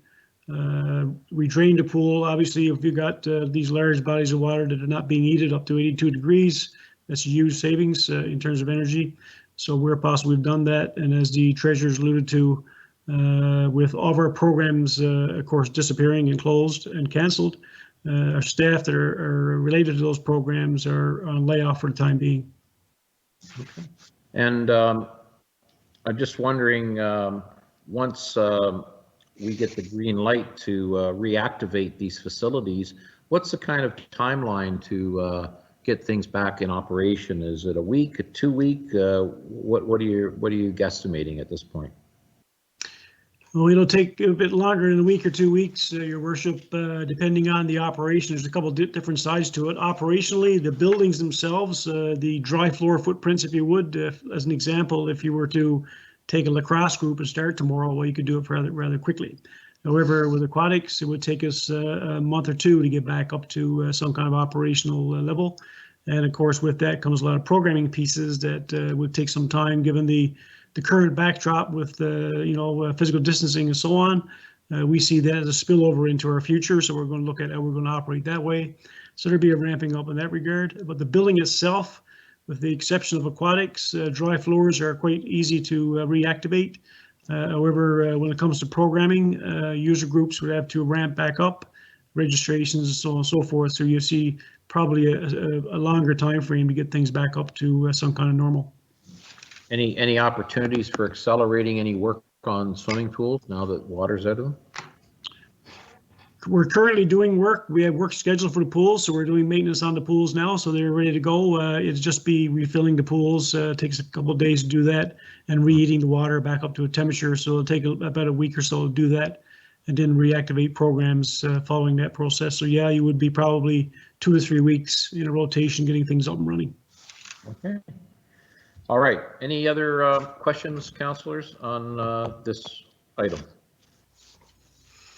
Okay, seeing none, can we have a motion to receive 12.7, please? I'm sorry, 12.8. Andrews. Andrews and Post. Thank you.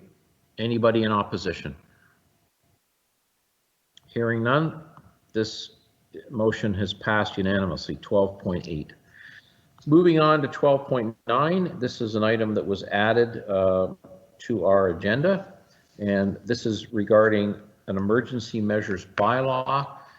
In order to give our local police force and bylaw enforcement officers the ability to place fines and summonses against individuals who are not respecting the provincial emergency measures that have been implemented.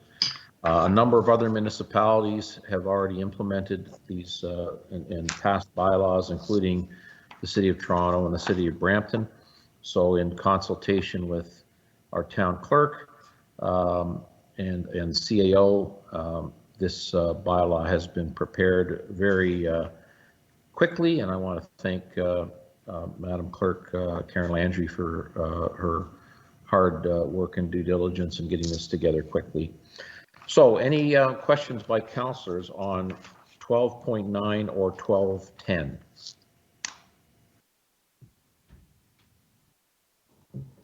Councillor Peters, is that you wishing to speak to this? Yes, please. Okay, and then Councillor or Deputy Mayor McIntosh. Councillor Peters, go right ahead. Sure. Through you to Mr. Brennan or Mr. Osmond, we've been having this conversation about community gardens for some time, and I noticed that it's listed specifically in this bylaw. So I understand the province currently has deemed community gardens to be non-essential. I would obviously like to see that changed. I suppose the question at this point would be, is it better to have it in the bylaw and then perhaps have to remove it if something comes down the line to change that language? What mechanism do we have as a municipality to advocate for deeming community gardens to be an essential service? Because depending on your definition, you know, the agriculture sector and most food generation is listed as essential. And I feel like we're shutting the door on this very quickly by having that language specifically in the bylaw. Right, and just before you answer, Mr. Osmond or Mr. Brennan, for those listening at home, when we say community gardens, we're speaking specifically on the community garden on Center Street, which is being used to produce food. This is not flowers and plants in other horticultural things that the town will be doing once we come out of this. It's really for food, and for those who know the background here, the food bank has been involved teaching and training some of their clients about how to produce food, and it's been quite a successful go here for the last 5 or 6 years since it started. So I'm kind of aligned with Councillor Peters. I think if the right protocols for physical distancing can be put in place, growing food is something maybe we should let pass here and not be included in this bylaw. But anyway, Mr. Osmond or Mr. Brennan, if you could weigh in, you know, if there is a higher power here giving this edict, let's hear about it. Your Worship, through you, I would say a couple of things here. First of all, the recommendations for the bylaw also came from our emergency control group and the leadership team. And on our control group, it included the OPS, our Orangeville Police Services, Orangeville Fire, and of course our clerk is in charge of bylaw. So we thought it would be a great tool to use. Hopefully we don't have to use it, to be quite honest, but it is, if required, it will be a great tool for our police and our bylaw enforcement personnel to use if we cannot maintain social distancing. The example of the bylaw, actually, I think we use Brampton and Orillia. I could ask Madam Clerk to add on that commentary. Personally, myself, at this stage, I agree, I understand with the importance of a community garden. We are a few weeks away from planting in Orangeville for any type gardens at this stage.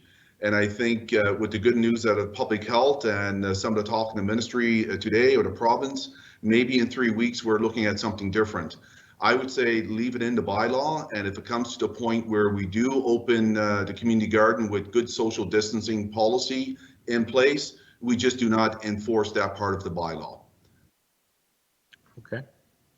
Are you satisfied with that, Councillor Peters? I think it sounds like a prudent way to go to me.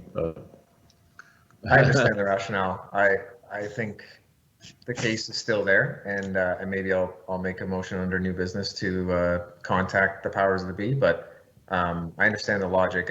I would also slightly disagree that we're not on into planting season yet. There are a variety of crops that can take a frost that I think people would be anxious to get at, but we'd rather have a gardening season than not. So hopefully this can be an item on a subsequent agenda in the very near future.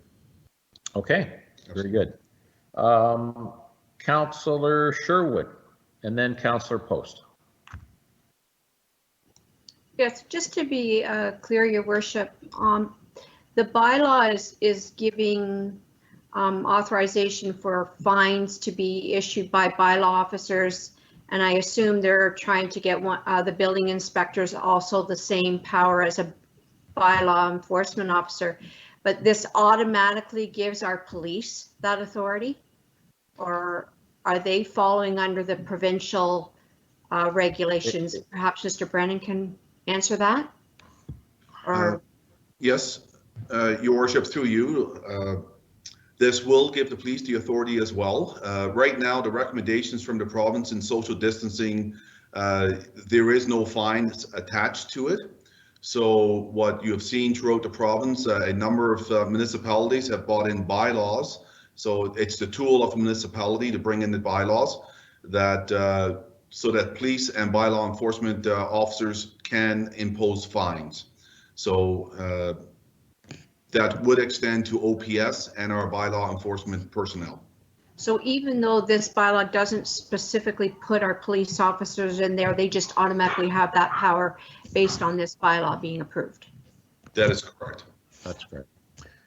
Okay, so I skipped over Deputy Mayor McIntosh. My apologies, sir. I'll let you speak, and then Councillor Post. Deputy Mayor. Hello. You there? You're muted there. Yeah, thank you, Your Worship. Yep. I was feeling a bit left out, but Sorry. I'm okay now. I apologize. I was going to mention that it was actually the police that did ask us to put this in place last week when we were talking to them. I'm still amazed. I see so many people still out there driving around. Today was particularly bad. I went to get my groceries online and I couldn't believe the amount of traffic was still out there. So some people, unfortunately, still are not getting it. So hopefully we can get some publicity out of this. And now we've got some teeth in the bylaw, so we can do something about it. So hopefully we can get that out there. Thank you. Right. Excellent. Okay, Councillor Post. Thank you very much, Mr. Mayor. My comments were very similar to those of Deputy Mayor McIntosh's. With some of the announcements that have come out of the province, I think that this is the time that our municipality really needs to step up and make sure that that message is not being lost. With the weather changing and people wanting to get outside, I think it's so important that we continue to reinforce that message. So I would ask, if this bylaw passes, could we add a friendly amendment, or if we need to, I'm not sure, maybe the clerk can help me out, that this be sent out as a press release and through all of our social media channels, letting them know that this bylaw has happened, so that all of our citizens have awareness that we are fining for not following the proper protocols. Yeah, those discussions have already started, Councillor Post. I know Sheila Duncan is already on the case and will be directed to put a press release out. And, you know, if you look at this bylaw, giving powers to some additional staff members, including some parks and recreation staff, I believe some public works staff, so to expand, and not just the police, but and our two bylaw enforcement officers, but a number of additional town staff who are out and really are the eyes and ears of the town out in the community. And when they see something, they'll be able to act on it. You know, if you read the newspaper the last few days, there was a soccer game in Brampton. Everybody that played in that soccer game was fined. And so that's the kind of thing that we want to send a message that is not permitted until such time as the public health officials give us the green light. So, and I'm glad we're passing, I presume we're going to pass this bylaw tonight to give those powers to people to act on these bylaw issues. So I don't, Councillor Post, I don't think it's necessary to put an amendment in. I believe it's moving forward that the communications department is going to put this out on social media channels and a press release and make sure that everybody in town understands. We're still very serious about enforcing the provincial direction here. Okay, so 12.9 and 12.10, maybe we can put those together in one motion. Recommendations that report CPS CL 2020-012 regarding the appointment of bylaw enforcement officers be combined, and also that council pass a bylaw to appoint bylaw enforcement officers for the purpose of enforcing COVID-19 emergency measures bylaw, and to appoint Joe West as a building inspector. So that's 12.9 and 12.10 combined. Can we have a motion for those two items? Councillor Sherwood, seconded by Deputy Mayor McIntosh. Anybody in opposition? Hearing none, those items are passed unanimously. Thank you. Okay, we have a number of correspondence items, 13.1 through 13.5. Recommendation that the correspondence be received. May I have a motion? Andrews. Andrews, seconded by Deputy Mayor McIntosh.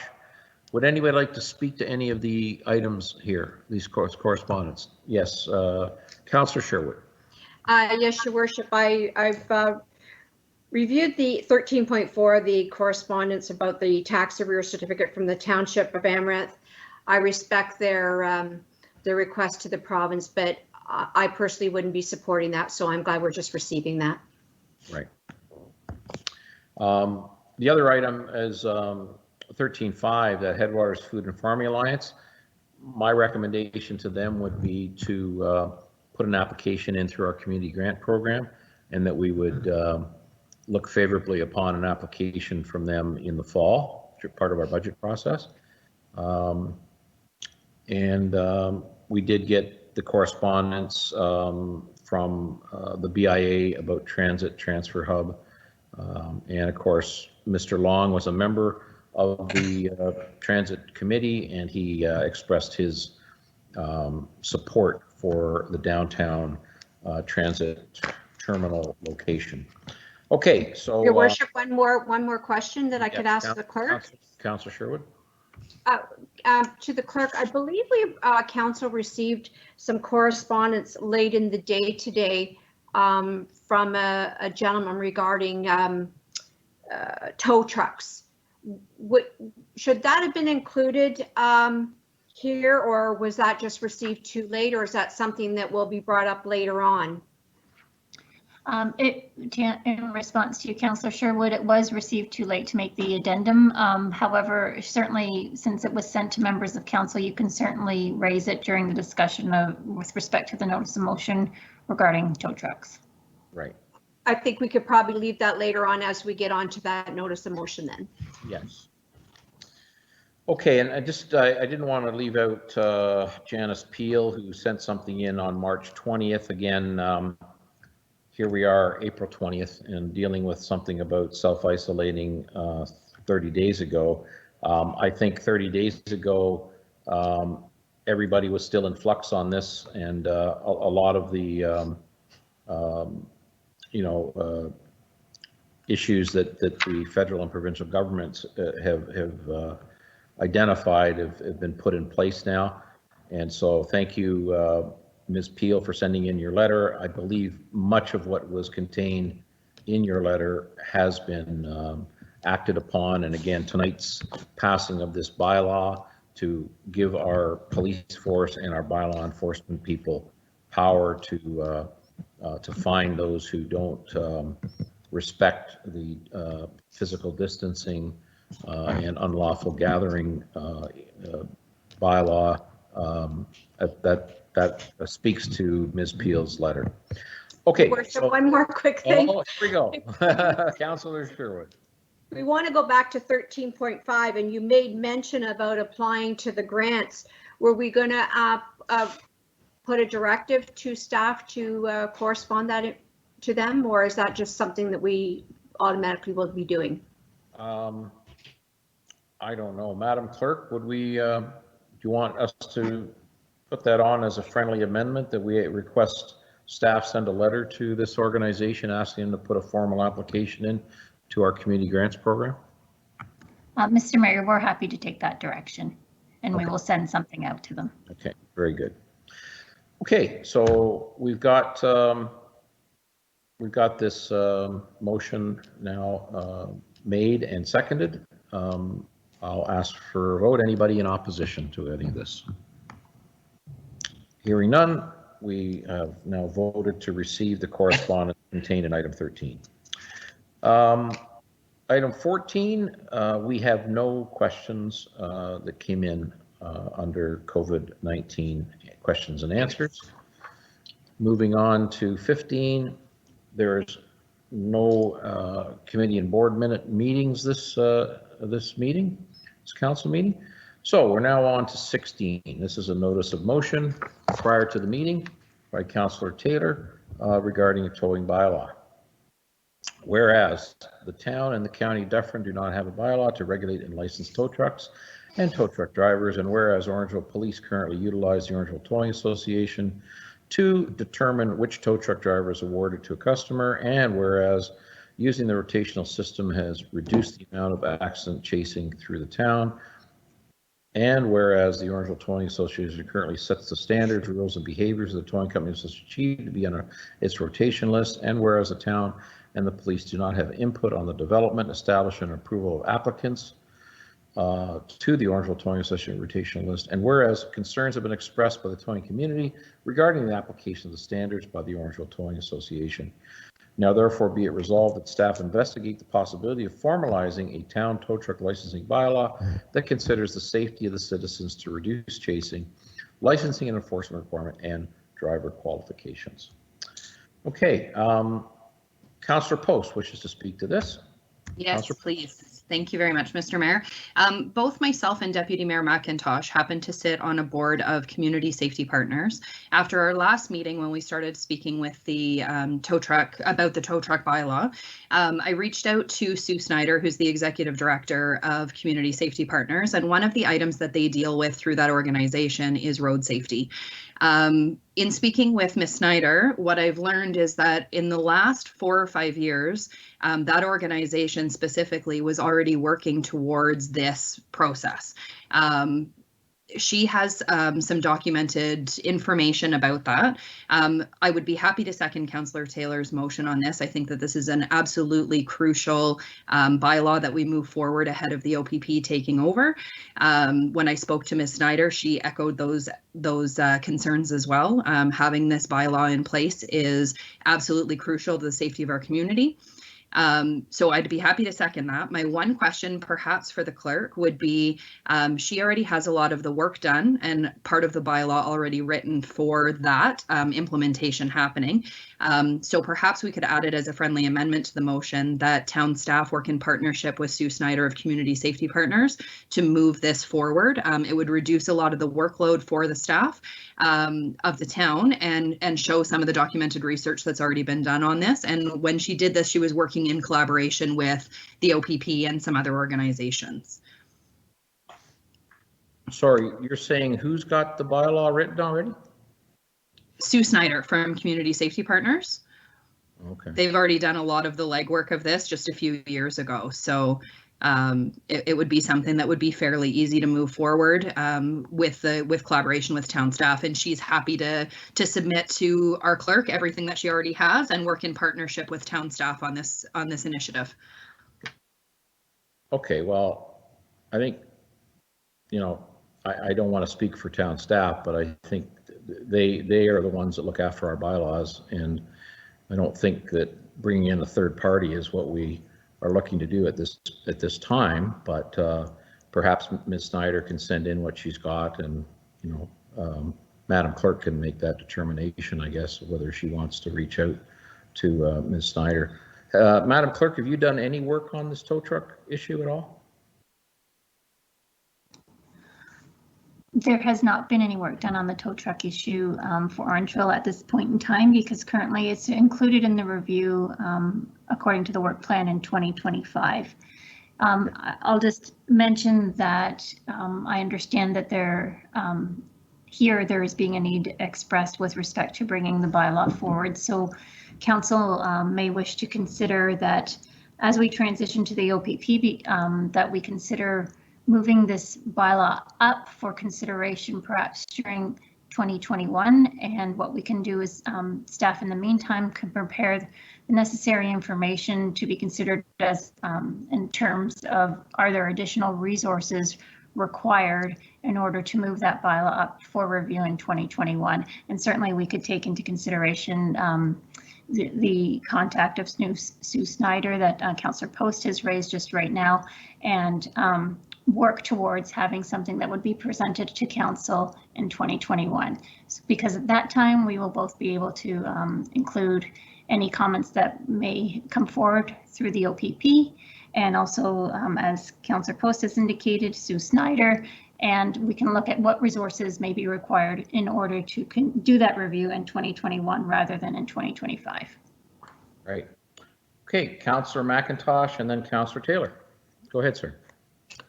Thank you, Worship. I just wanted to stress just how important this bylaw is. In my previous job as fire chief, I was run off the road. I was passed by a tow truck with lights and sirens going. The only way to somehow, I don't want to say control, but keep them in line somehow is to have some type of bylaw, because some of them, not all of them, there's some good guys out there and girls, but some of them just don't care. And I think a bylaw is needed, and the sooner the better, to be honest. But just my thoughts. As a follow-up, Deputy Mayor McIntosh, are you aware of any accidents involving tow trucks? Not in our area, but there have been some fatalities in Caledon and the Brampton area because of it. Right, and when you had those incidents where people went racing by you, were they in town or was that on highways, or where was that? One was in town, one was out of town. And okay. If I could just follow up on that, the one that passed me actually ended up getting suspended by the towing association. So that was somewhat his punishment. Right. Okay, good. I did a little bit of research as well on this. If you look at the 2018 report from Orangeville Police Service, and you look at the last 5 years of property damage, vehicular accidents, the average is 375 accidents per year, where property damage happened. So we're talking about one accident a day. So I hear what people are saying, but I'm not seeing it myself in terms of the immediacy of this. But that's just my take on it at this point. Councillor Taylor, sir. Yes, thank you, Your Worship. So this was brought forward by myself, and as I hear the discussion, I do appreciate the comments made by my fellow councillors, but I feel like maybe I didn't do a good service of why I brought this back up, and Ms. Landry actually summarized it better than I did. The whole issue with this is we're going to move forward with OPP, which will cause a change within the town of the way we do things currently. And the other end of the issue is we don't have this bylaw on our books. We've already agreed as a council that we're going to look into this bylaw. So it's not that everybody said, hey, we should look into our tow truck issue. It's where it is. So having it in 2025, based on the change that we're ready to go through as a town, no longer makes sense. It's actually quite urgent that we move it forward and have it addressed. I too have done significant amount of research. I've met with many of the tow operators in town, who, by the way, are struggling mightily right now under COVID, which is unfortunate.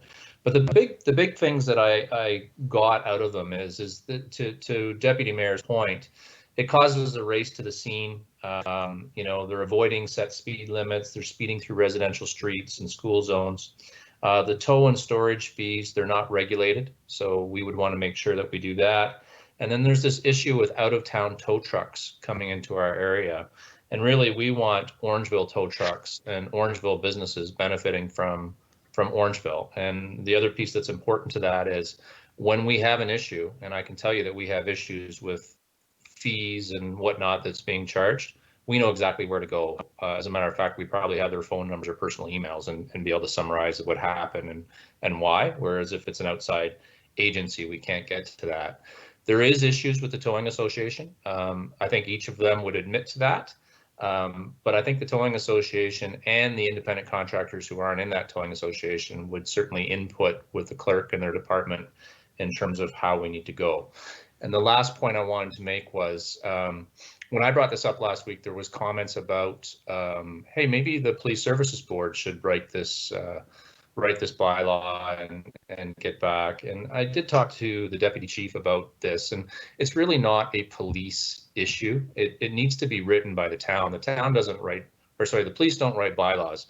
The town writes bylaws, the police enforce them. So I'm certainly, you know, as a Police Services Board member, I'm happy to help in any way possible, but it's not the Police Services Board or the police that would be the main actor here. It would be the town bylaw department who would lead this and have the teeth of it. And again, just to summarize, the main piece here is we've agreed as a council on this. We just need it moved up as quickly as it can. And Madam Clerk has said 2021, really the earlier the better that we could, because there's going to be a period of time here where, you know, issues can happen. Thank you, Your Worship. Right. Although I do just want to make the point that the current arrangement is something that's been in place for decades now, which is an arrangement between the Orangeville Police Service and this towing association. So, you know, are you assuming that the OPP is not going to be able to make some sort of an arrangement with the towing association similar to what OPS has? You're asking me, Your Worship? Yeah, I'm speculating. Yeah, they have a first on the scene policy. Who? OPP does? OPP does, yes. I don't know about that, but I've got some correspondence from the deputy mayor is nodding his head. Councillor Post is nodding her head. Yeah. Okay. Well, I think a combination of some sort of policy directive between the Police Service Board and the new OPP management team and a bylaw, because in the bylaw, you know, we haven't had a bylaw here at all for ever, right? I mean, in the town of Orangeville, there's been no bylaw. So that's going to mean fees for all the trucks, fees for these companies. And I guess you're suggesting that only businesses that are located inside the town should be used? Is that one of the? Your Worship, I'm not going to write the bylaw. Certainly we'll all weigh in on it. That would be my wish. I'd always defer to supporting Orangeville businesses, but with your references to the police board and whatnot, I've done my research. I have nothing further to offer on that. I wonder if we could ask the clerk through you what her thoughts are on how the bylaw should be written and whether the police board, and again, as a member and as the chair, I'm happy to do that. It's just, my understanding is we don't have the authority to do that. It's the clerk and her team that would do it, not us. Right, but I guess my argument is what's been happening to this point since we don't have a bylaw. What's been happening briefly is we have a towing association that has handed a list of the members who are on the towing association.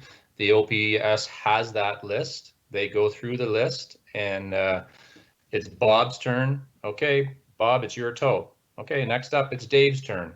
Dave takes it, then Jim takes it, and on it goes. And it has worked with some efficiency over time. Certainly there's been some issues. You know, some members of the local towing community would say they're not happy with it. On balance, I think most are happy with it. But moving forward, when we switch to OPP, we'll need a bylaw. Okay. Oh, no doubt, no doubt. I'm in agreement with it. I just wondering if anybody wants to suggest that some other bylaw gets moved in place of this. Our clerk is suggesting early 2021. Is that what you're suggesting, Madam Clerk? Certainly, we would be. We will. Let me assure Council that as we work through the number of bylaws that we have to get through this year, we will certainly do our best to commence work this year on the tow truck licensing bylaw. Recognizing though that we do have a fair amount of work to get through first, and certainly I will. We will be reporting back as staff to Council with respect to the progress that we're making on the work plan. And at that time, certainly what I will do is I will identify that this is a priority for Council and it will need to be one of the first bylaws worked on in 2021, followed quickly by an election sign bylaw. but certainly we'll bring that information back to council. And So- I think I understand that council would like to have this done in 2021 for sure. Right. But just as a follow-up, Councillor Taylor, I think you should, I think the Police Service Board still could have conversations with OPP once the decision is finalized with the province, because the turnover is going to happen in advance of the bylaw being ready. And I would hope that they'll be open to that. Police Service Board, they're supposed to work with the police agency and give them some guidance on issues. And I would hope they'd be open to thinking of Orangeville differently than the rest of Dufferin County. So, Mayor Brown, if I may, I completely concur. The OPP is a benevolent organization, and I'm sure that they will do so as well. I just feel it's important that we have something formal in place, and yeah, I'm completely aligned to that approach. And we'll have a period of time that we're going to have nothing, so it will be important that the Police Services Board works with that OPP inspector, and we figure something out in the interim. But longer term, I'd love for Ms. Landry's department to come forward with something official. very good. Okay, so any further? Councillor Sherwood wishes to speak to this. Councillor Sherwood. Yeah, I think the clerk has answered my question, because basically what I was going to say, that is, if we're bringing this up out of the plan from being looked at in 2025, then obviously something has to be taken out of what we consider important now and bumped to 2025. So I would leave that up to the clerk to report back to us that if the direction is that this come forward, then she's going to have to give us a list of the bylaws that are currently on the plan again to see which one gets bumped, correct? Yes. Yes, I will give a new layout for the review of the various bylaws once we report back to council, understanding that council would like to move the tow truck review up. Right. Very good. Okay, so one last ask here. Councillors, does anybody else wish to speak to this? I don't believe there was Do we want to acknowledge the correspondence we received today from that resident? Or I guess, yes, this is one of the competing tow truck operators. Did everybody receive this, councillors? Yes. Yes. Well, it'll only take me a couple minutes to read this. I might as well read it into the record here. This is from a gentleman named Albert Candelaria.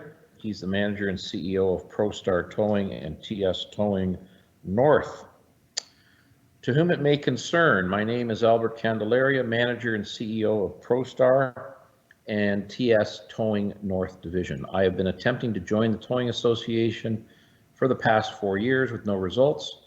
I've done everything that was asked of us: local phone number, local advertising, local pound, keeping the work local in Dufferin County, unless instructed by the owner of the vehicle. The town of Orangeville must take control by creating or amending a bylaw which will allow new business to work within Orangeville and Dufferin County. The tow association is currently in place. I don't know if I want to get into reading this in. Some of it is a little out there. Rather than dissing the current association, let's just read on here. We are not looking to change the way that businesses are operating. We're looking for a reasonable opportunity to conduct business within Dufferin County.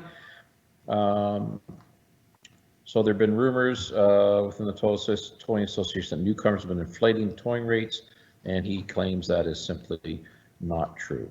So he goes on to say, I myself have been working on a proposal for a bylaw that would bring revenue to Orangeville and Dufferin County in regard to licensing, allowing new and existing companies to flourish within. Not only would this allow both new and pre-existing companies to work harmoniously, but also to protect the interests of all involved. Okay, so I think at some point there's going to be some public input on this, Madam Clerk. So people like Mr. Candelaria would be welcome to submit and speak to us at a later date, correct?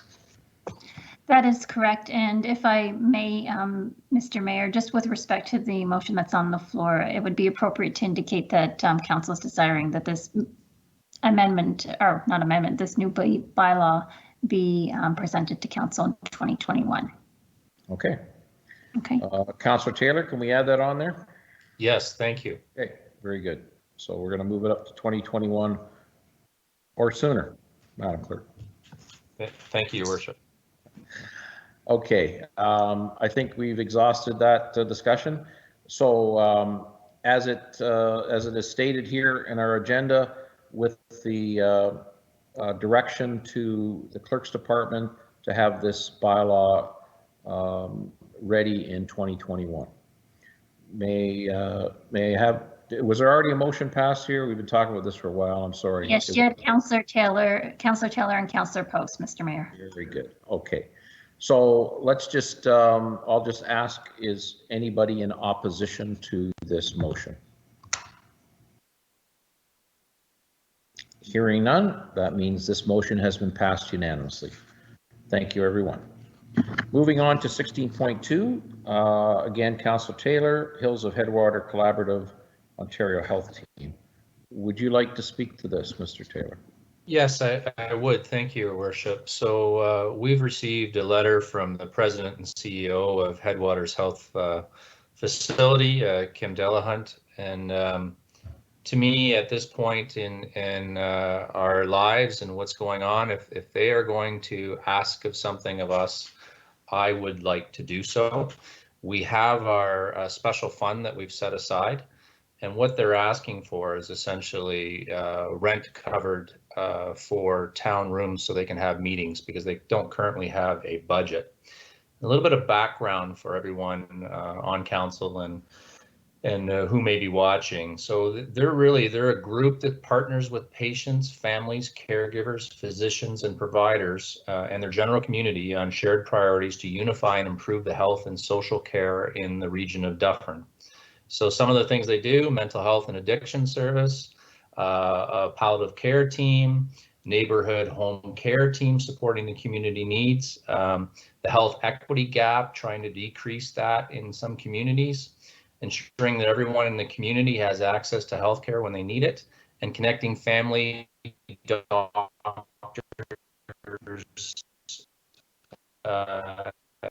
and specialized services. You're breaking up, Councillor Hospital resources. I'm sorry. This isn't an ongoing. Can you still hear me okay, Your Worship? You're back. We lost you there for 30 seconds or so. Ah, darn. Where did I end off at? I'm the greatest mayor you've ever heard.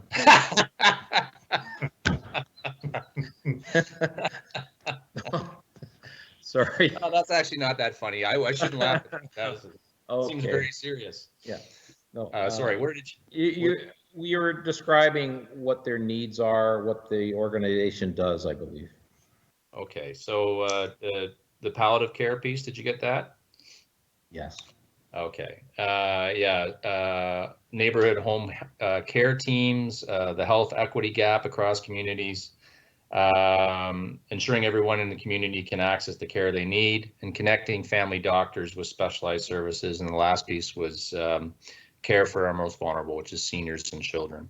And so what they're after, again, is use of our facilities so that they can meet. They don't have a government fund at this time. I know there was concerns in the last meeting about a timeline, and would we be doing this indefinitely? I certainly would be in favor of someone putting a timeline on it where we could review. I would suggest that, perhaps reviewing it in the fall or even in December of this year to see if this still made sense and it was something we wanted to do. But I have a hard time right now when the hospital is asking for us for something to say no, and it's really not a significant amount of money. So thank you for listening. Can you give us an example of specifically what facility they need? They've wanted to use Tony Rose, the meeting rooms at Tony Rose. So I assume it's upstairs there in the. I'm not forgot the name up there, Your Worship, but the larger room up top. Banquet hall. Yeah. Yeah. Okay. Okay. Well, I don't know. I guess I'm a little puzzled because there's from what I looked on their website, there's 34 organizations that are involved in this, including Region of Peel, Dufferin County, DCAFs, Public Health. And I'm just I'm puzzled by what the need is, and also by the nature of the mandate that you've asked for. Would this not be something we maybe could put to our community grant program? Yeah, that's what I'm asking for. Yes. Okay, so is this an immediate need, or is this something we can deal with in the fall? I think it's going to depend on when we get back to normalcy, because at this point, no one can meet. These are physical meetings that they want to have in our facilities. Right. I don't know when we're going to be able to meet again, but right. So and because there's 34 organizations involved, I guess they need a large meeting room. Is that must be it? So. Okay. Well, you know, I'd be willing to support them putting a formal application in through our community grant program for us to consider. I don't know, other councillors want to weigh in here? Councillor Sherwood, go ahead. Yes, Your Worship. I want to thank them for everything they are doing, but I'm just a little concerned about just open-endedly giving free meeting rental spaces to anybody, really, in particular. But I too, as you have alluded to, Your Worship, see that they have several partners here, and I'm talking about some pretty significant partners that surely could offer them rental facilities. I'm also very concerned in the bottom part, the last part of Councillor Taylor's motion, that we waive it for the balance of this group's mandate. That is very concerning to me, because this group's mandate is to infinity and beyond. So I definitely will not be supporting that. I've got Councillor Peters and then Deputy Mayor McIntosh. Councillor Peters. Thank you, Mr. Mayor. Just a question again, not to beat this to death, but on the timeline. If we were only providing these rooms until the fall, and they can't meet now, and they may not be able to meet till at least the summer, it just seems like it's a bit nebulous to have a timeline that doesn't even line up with the social condition at the moment. So I'd be looking for something a little more detailed, you know, what capacity they're looking for if those other facilities can't provide it, what timeline they're looking for, and specifically sort of what the rental fee amount anticipated or projected would be. It just, again, it's a little open-ended for my liking at this moment. Right. And I, you know, I concur, Councillor Pierre. I think if this was part of our community grant program and there was an application put in by this organization, we're all very supportive of this organization. Obviously, it's our new health team. It's who's going to be looking after us now and into the future. But you know, giving free rent isn't something we normally do. We give grants and let them cover the rental fee because we're on a cost kind of recovery basis on user fees and what have you. So anyway, let's continue to speak. We've got Deputy Mayor McIntosh. Go ahead, sir. Thank you, Worship. I am kind of torn on this. I would actually second Councillor Taylor's motion as long as we put a time limit on it, and I would say December would be an adequate time, because it may be months before they can even meet. Again, this doesn't mean that they're going to be using our facilities. It's only if they're available. So if nobody's using the upstairs of the arena, I cannot see a big problem with them using it. Again, we can reassess this in December and see how it's gone. Well, as a member of the Lions Club, I've often wondered, you know, it's a vacant room up there, and you know, why don't we just let us use it as well, because we're doing fundraising, and that's always been rejected. So I think, you know, you're going to open up a can of worms if we start giving away free things. That's right. I believe. I agree. I agree.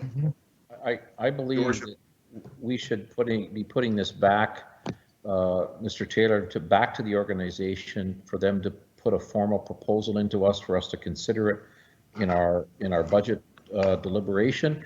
And I have every confidence that we're going to put some of this money that's in our community grant program into this very important organization. But I think the wording of this is a little too nebulous for me, and I won't vote yes on this the way it's worded right now. Sorry, was that Mr. Brennan?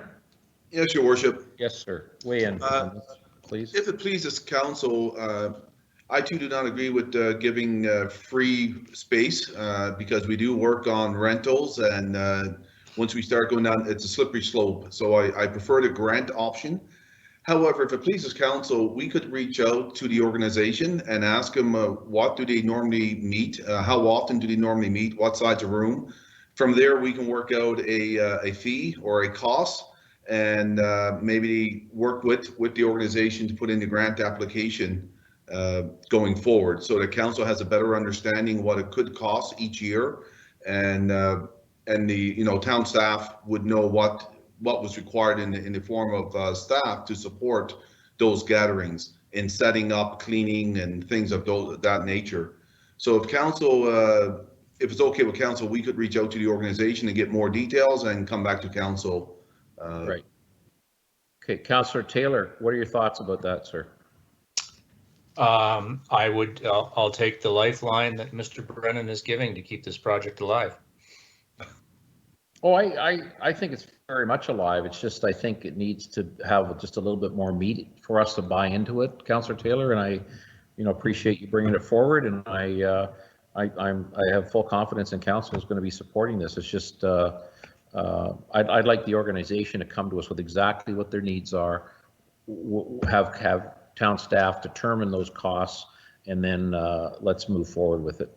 So I guess what CAO Brennan is saying is we're going to just let this sit for now.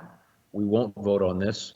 And Mr. Brennan, do you know how long it will take you to reach out and then come back to us? I know, obviously we're in this COVID situation and the hospital may not be having this on the forefront of their thought process right now, but this would be 30 days from now, 45 days from now?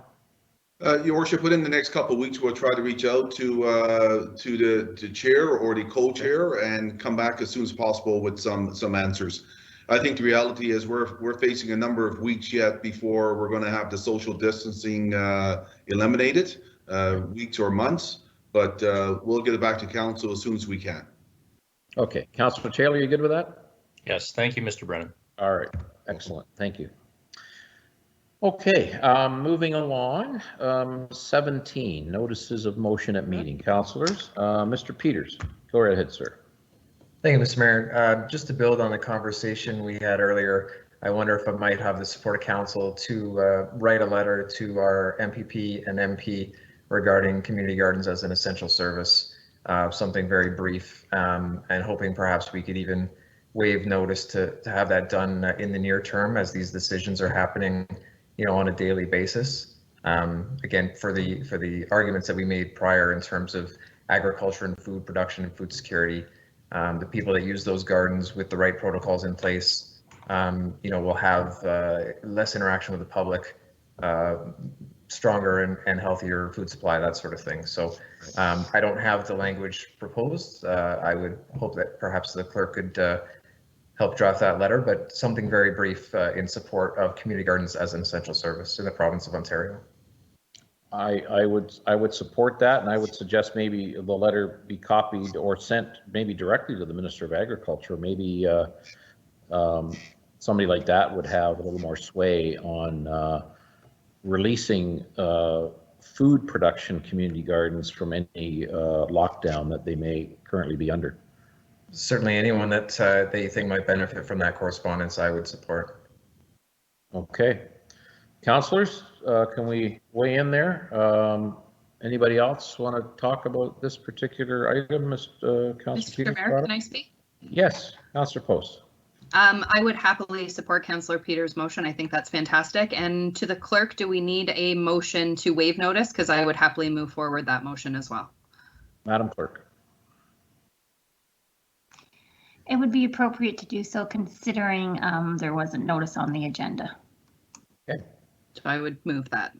All right, and I would second that. So, Councillor Peters, can you just word this again for us? A brief letter to go. Sure. Yeah.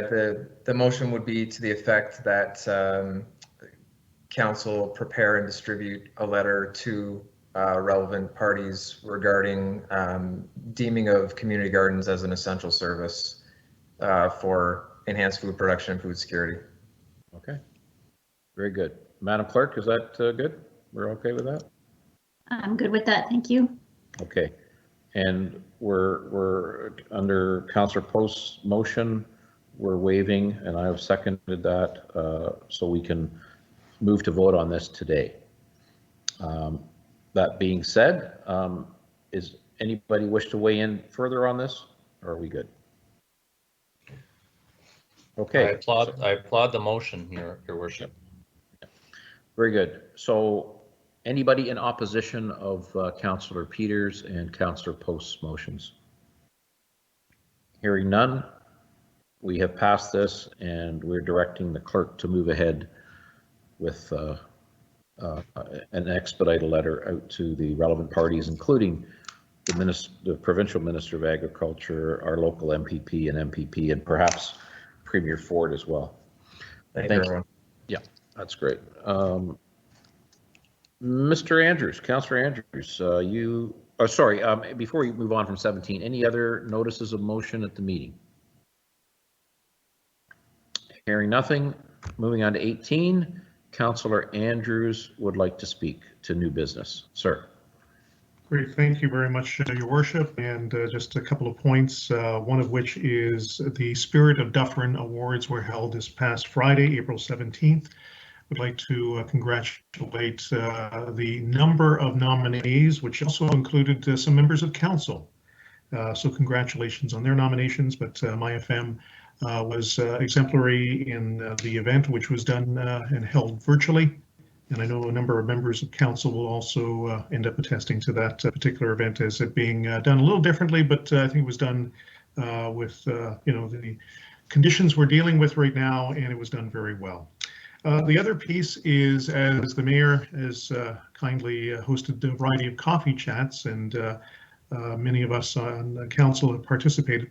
One continuum with the BDAC is, in fact, the opportunity for the business community to also be informed. And coming up on April 29th at 2 o'clock, I'll be hosting, moderating the business group, which includes representation from our banking industry, also the Canadian Federation of Independent Business, as well as the Board of Trade will be participating in that. Looking forward to the opportunity posing questions and also some updates that should be coming from both the provincial and federal governments. We've been getting a lot of information, and I think what's most important is, in fact, making sure that our business community, the business community at large, is aware of what's going on. So that's my update under new business. Very good. Thank you, sir. Any other new business, councillors? Your Worship. Mr. Taylor, go ahead, sir. Just more of a question and a comment. I was dealing with our very benevolent Councillor Peters, asking him some questions about Earth Day and litter pickup that our town normally does such an exemplary job around this time of year. And I'm getting notes and concerns sent to me about the general state of our community, and candidly, it's just it's not nefarious. It's just blue boxes blowing over, and I don't think anybody's doing anything inappropriate. But now here we are in the spring, and the snow's melted, and we're not looking as crisp and clean as a town as I think some of us are used to. And I guess I just wanted to throw it out to council and see, is there anything that we could do as a council without having something formal? Because in the past, I've been with groups of people picking up litter at this time of year, and the bags of trash that we put aside, and I just feel a bit crestfallen that we've got this opportunity and this timeline, and unfortunately we can't do anything. And candidly, I don't have a solution, and I don't think Councillor Peters does either. I didn't want to put words in your mouth, Councillor Peters, but it's just an event that I think is so important, and it's going to get worse if we don't do something about it as we go. And just thought I'd throw it out to the group. Yeah. Well, Councillor Peters, you want to speak to this? I know you and I have had some lengthy discussions about it. Go ahead. Yeah, I've tried really hard to get some sort of organized event happening. It fell through with Rotary Club, although they'd like to host a similar event to make Orangeville shine in the fall, so we can look forward to that.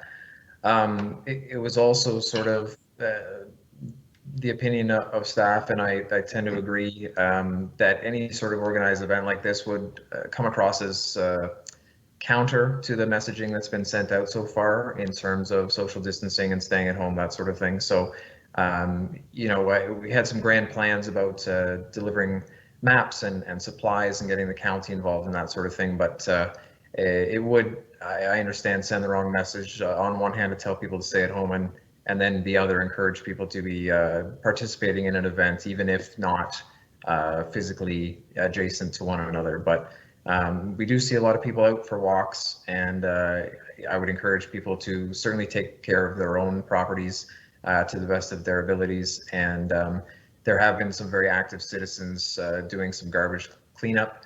And again, for anyone out there that's doing that sort of activity and maintaining distance and staying safe, I applaud you. And there are cases where if you've collected more than you can put out on the curb, please contact a council member or a staff member, and hopefully we can have those picked up and recognized and you know, sent where they belong, because it's a good effort for people to be doing. And to be honest, there isn't much else to do when you go for a walk. So if you have a pair of gloves and you're just going around the block, it would be really helpful to grab a few items on your way. And certainly when all of this is lifted, you know, we'd like to see a lot more of these activities happening and coming back. We don't want to have a year without Make Orangeville Shine, but like some other festivals and events, it may just have to be postponed for the time being. But I appreciate you bringing it up, Councillor Taylor. Right. Good. Thank you. Any other new business, councillors? I wouldn't mind, Mr. Mayor, just to continue on that note, hopefully a slightly more positive note. This is Earth Week, and we had a number of events originally planned for this week, including a repair cafe and educational displays. Tonight we would have been giving out our environmental awards, that sort of thing. So again, it's going to be pushed back. Sustainable Orangeville is committed to having these events take place, if not during their traditional Earth Week period, but I encourage residents to continue nominating people and businesses and groups and youth for their environmental contributions. The application's available. We don't know when those awards will be postponed until, but again, I think it's in the best interest of the community to maintain that momentum and keep those awards alive and recognized. So a couple other items on that list include the baby tree planting. If you or a family member or a loved one had a child in 2019 and you'd like a tree dedicated to them, that program remains open for funding, if not, you know, the planting activities immediately. And then speaking of the tree planting, this Saturday would have been our large tree planting event in partnership with Rotary at a barbecue and all that sort of thing. So again, these will be moved and brought online as soon as possible. I've had several conversations with CBC about the tree planting dates and making sure we can still fit those in this calendar year, because obviously the earliest opportunity to plant those trees gives the biggest benefit to the town. This year's site was going to be the southern end of Harvey Curry Park, or Every Kids Park, where there's sort of a large low-lying area there with not as much vegetation. So filling in that area would complement obviously the work being done on the splash pad and the play structure there. So looking forward to a very large turnout to that event whenever we're able to host it. So rest assured, these events will take place. They're just being delayed a little bit, but this was labeled the decade of action by the UN in terms of sustainability. And while this might be a bit of a slow start, I think these events will continue to grow and flourish in our town. And on the tree planting front, I just wanted to add that town of Orangeville has taken up the invitation of the Mayor of Montreal, Valerie Plante, who's the municipal ambassador for Earth Week in Canada. And she's come up with a tree planting relay, and she's asking municipalities all across Canada to plant 50 trees for the 50th anniversary of Earth Week. And we have joined her in that. And again, as Councillor Peters said, that will be implemented at some time, hopefully in the next few months. Also, Earth Week, they've also come up with a number of things that families can do at home to support Earth Week. And if you check earthweek.com, you'll find a number of household changes that you can make to support Earth Week and recycling and reducing your footprint. Anything further, councillors? I have one, if you don't mind, Mr. Mayor. Councillor Post. Thank you very much. Through this time of social distancing, when there's not much else to do, what better things to do than make art? Our public art programs are still open. Our call for artists are still open until May 15th to submit for a utility box program, but also for the walking track inside Alder. So they're still accepting those submissions, and any interested parties could go to orangeville.ca and find all the information and templates that they require to be able to submit them. Very good. Anything else, councillors, on new business? Nope, seeing none, we'll move on. This was supposed to be a scheduled recess, but we're going to pass over that. And question period. So I believe I just have one submission here. Madam Clerk, you can correct me if I'm wrong, but this is about burn permits. Madam Clerk? Yes, I believe that came through with respect to the question that's been answered. Is that what you have, Mr. Mayor, in front of you? No, this was about burn permits, Orangeville Fire providing burn permits. I don't think it was answered today. Shall I read it? Yes, go ahead. Are burn permits being issued for 2020? Residents on the wait list for a burn permit for Orangeville Fire have been provided with a form to complete if they wish to have a permit issued in 2020. The form is available to those people once their addresses have been checked for sensitive receptors and it is verified that the property meets the specified requirements, i.e. not a townhouse or restricted property, not a rented property, etc. In the case of those residents on the wait list who are applying for a brand new permit, they will be provided with basic instructions on how the town will be conducting virtual inspections. New applicant permits will be processed starting the week of April 20th. A form to cover initial information for a burn permit is now available on the town's website and can be submitted online. Information will include the name of the applicant, address, phone number, email address, and an indication as to whether you had a permit within the last 3 years or if it's a new permit. Applicants will then be notified of next steps. The cost of a burn permit is $30. Payments can be made by credit card or check, can be mailed or dropped off in the mailbox at 10 Dawson. We cannot accept debit, cash, or email money transfers, so just credit card or checks. So that's information about burn permits. I know there was something put out by the province about a burn permits not being allowed, but that was for Northern Ontario, not for our area. Okay, that's it for question period. So moving on to bylaws here. So we've got recommendations. The following bylaws be read 3 times and finally passed. Bylaw to exempt a portion of registered plan 219 from part lot control. That was the Haymount investment item that we talked about for 31 Town Line.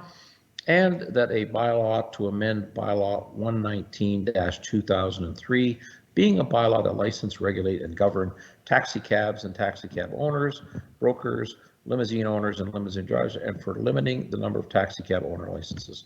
Let me read you this resolution. Please note that the proposed bylaw incorporates the amendments approved through resolution 2020-066, being option 3 as outlined in report CPSCL 2020.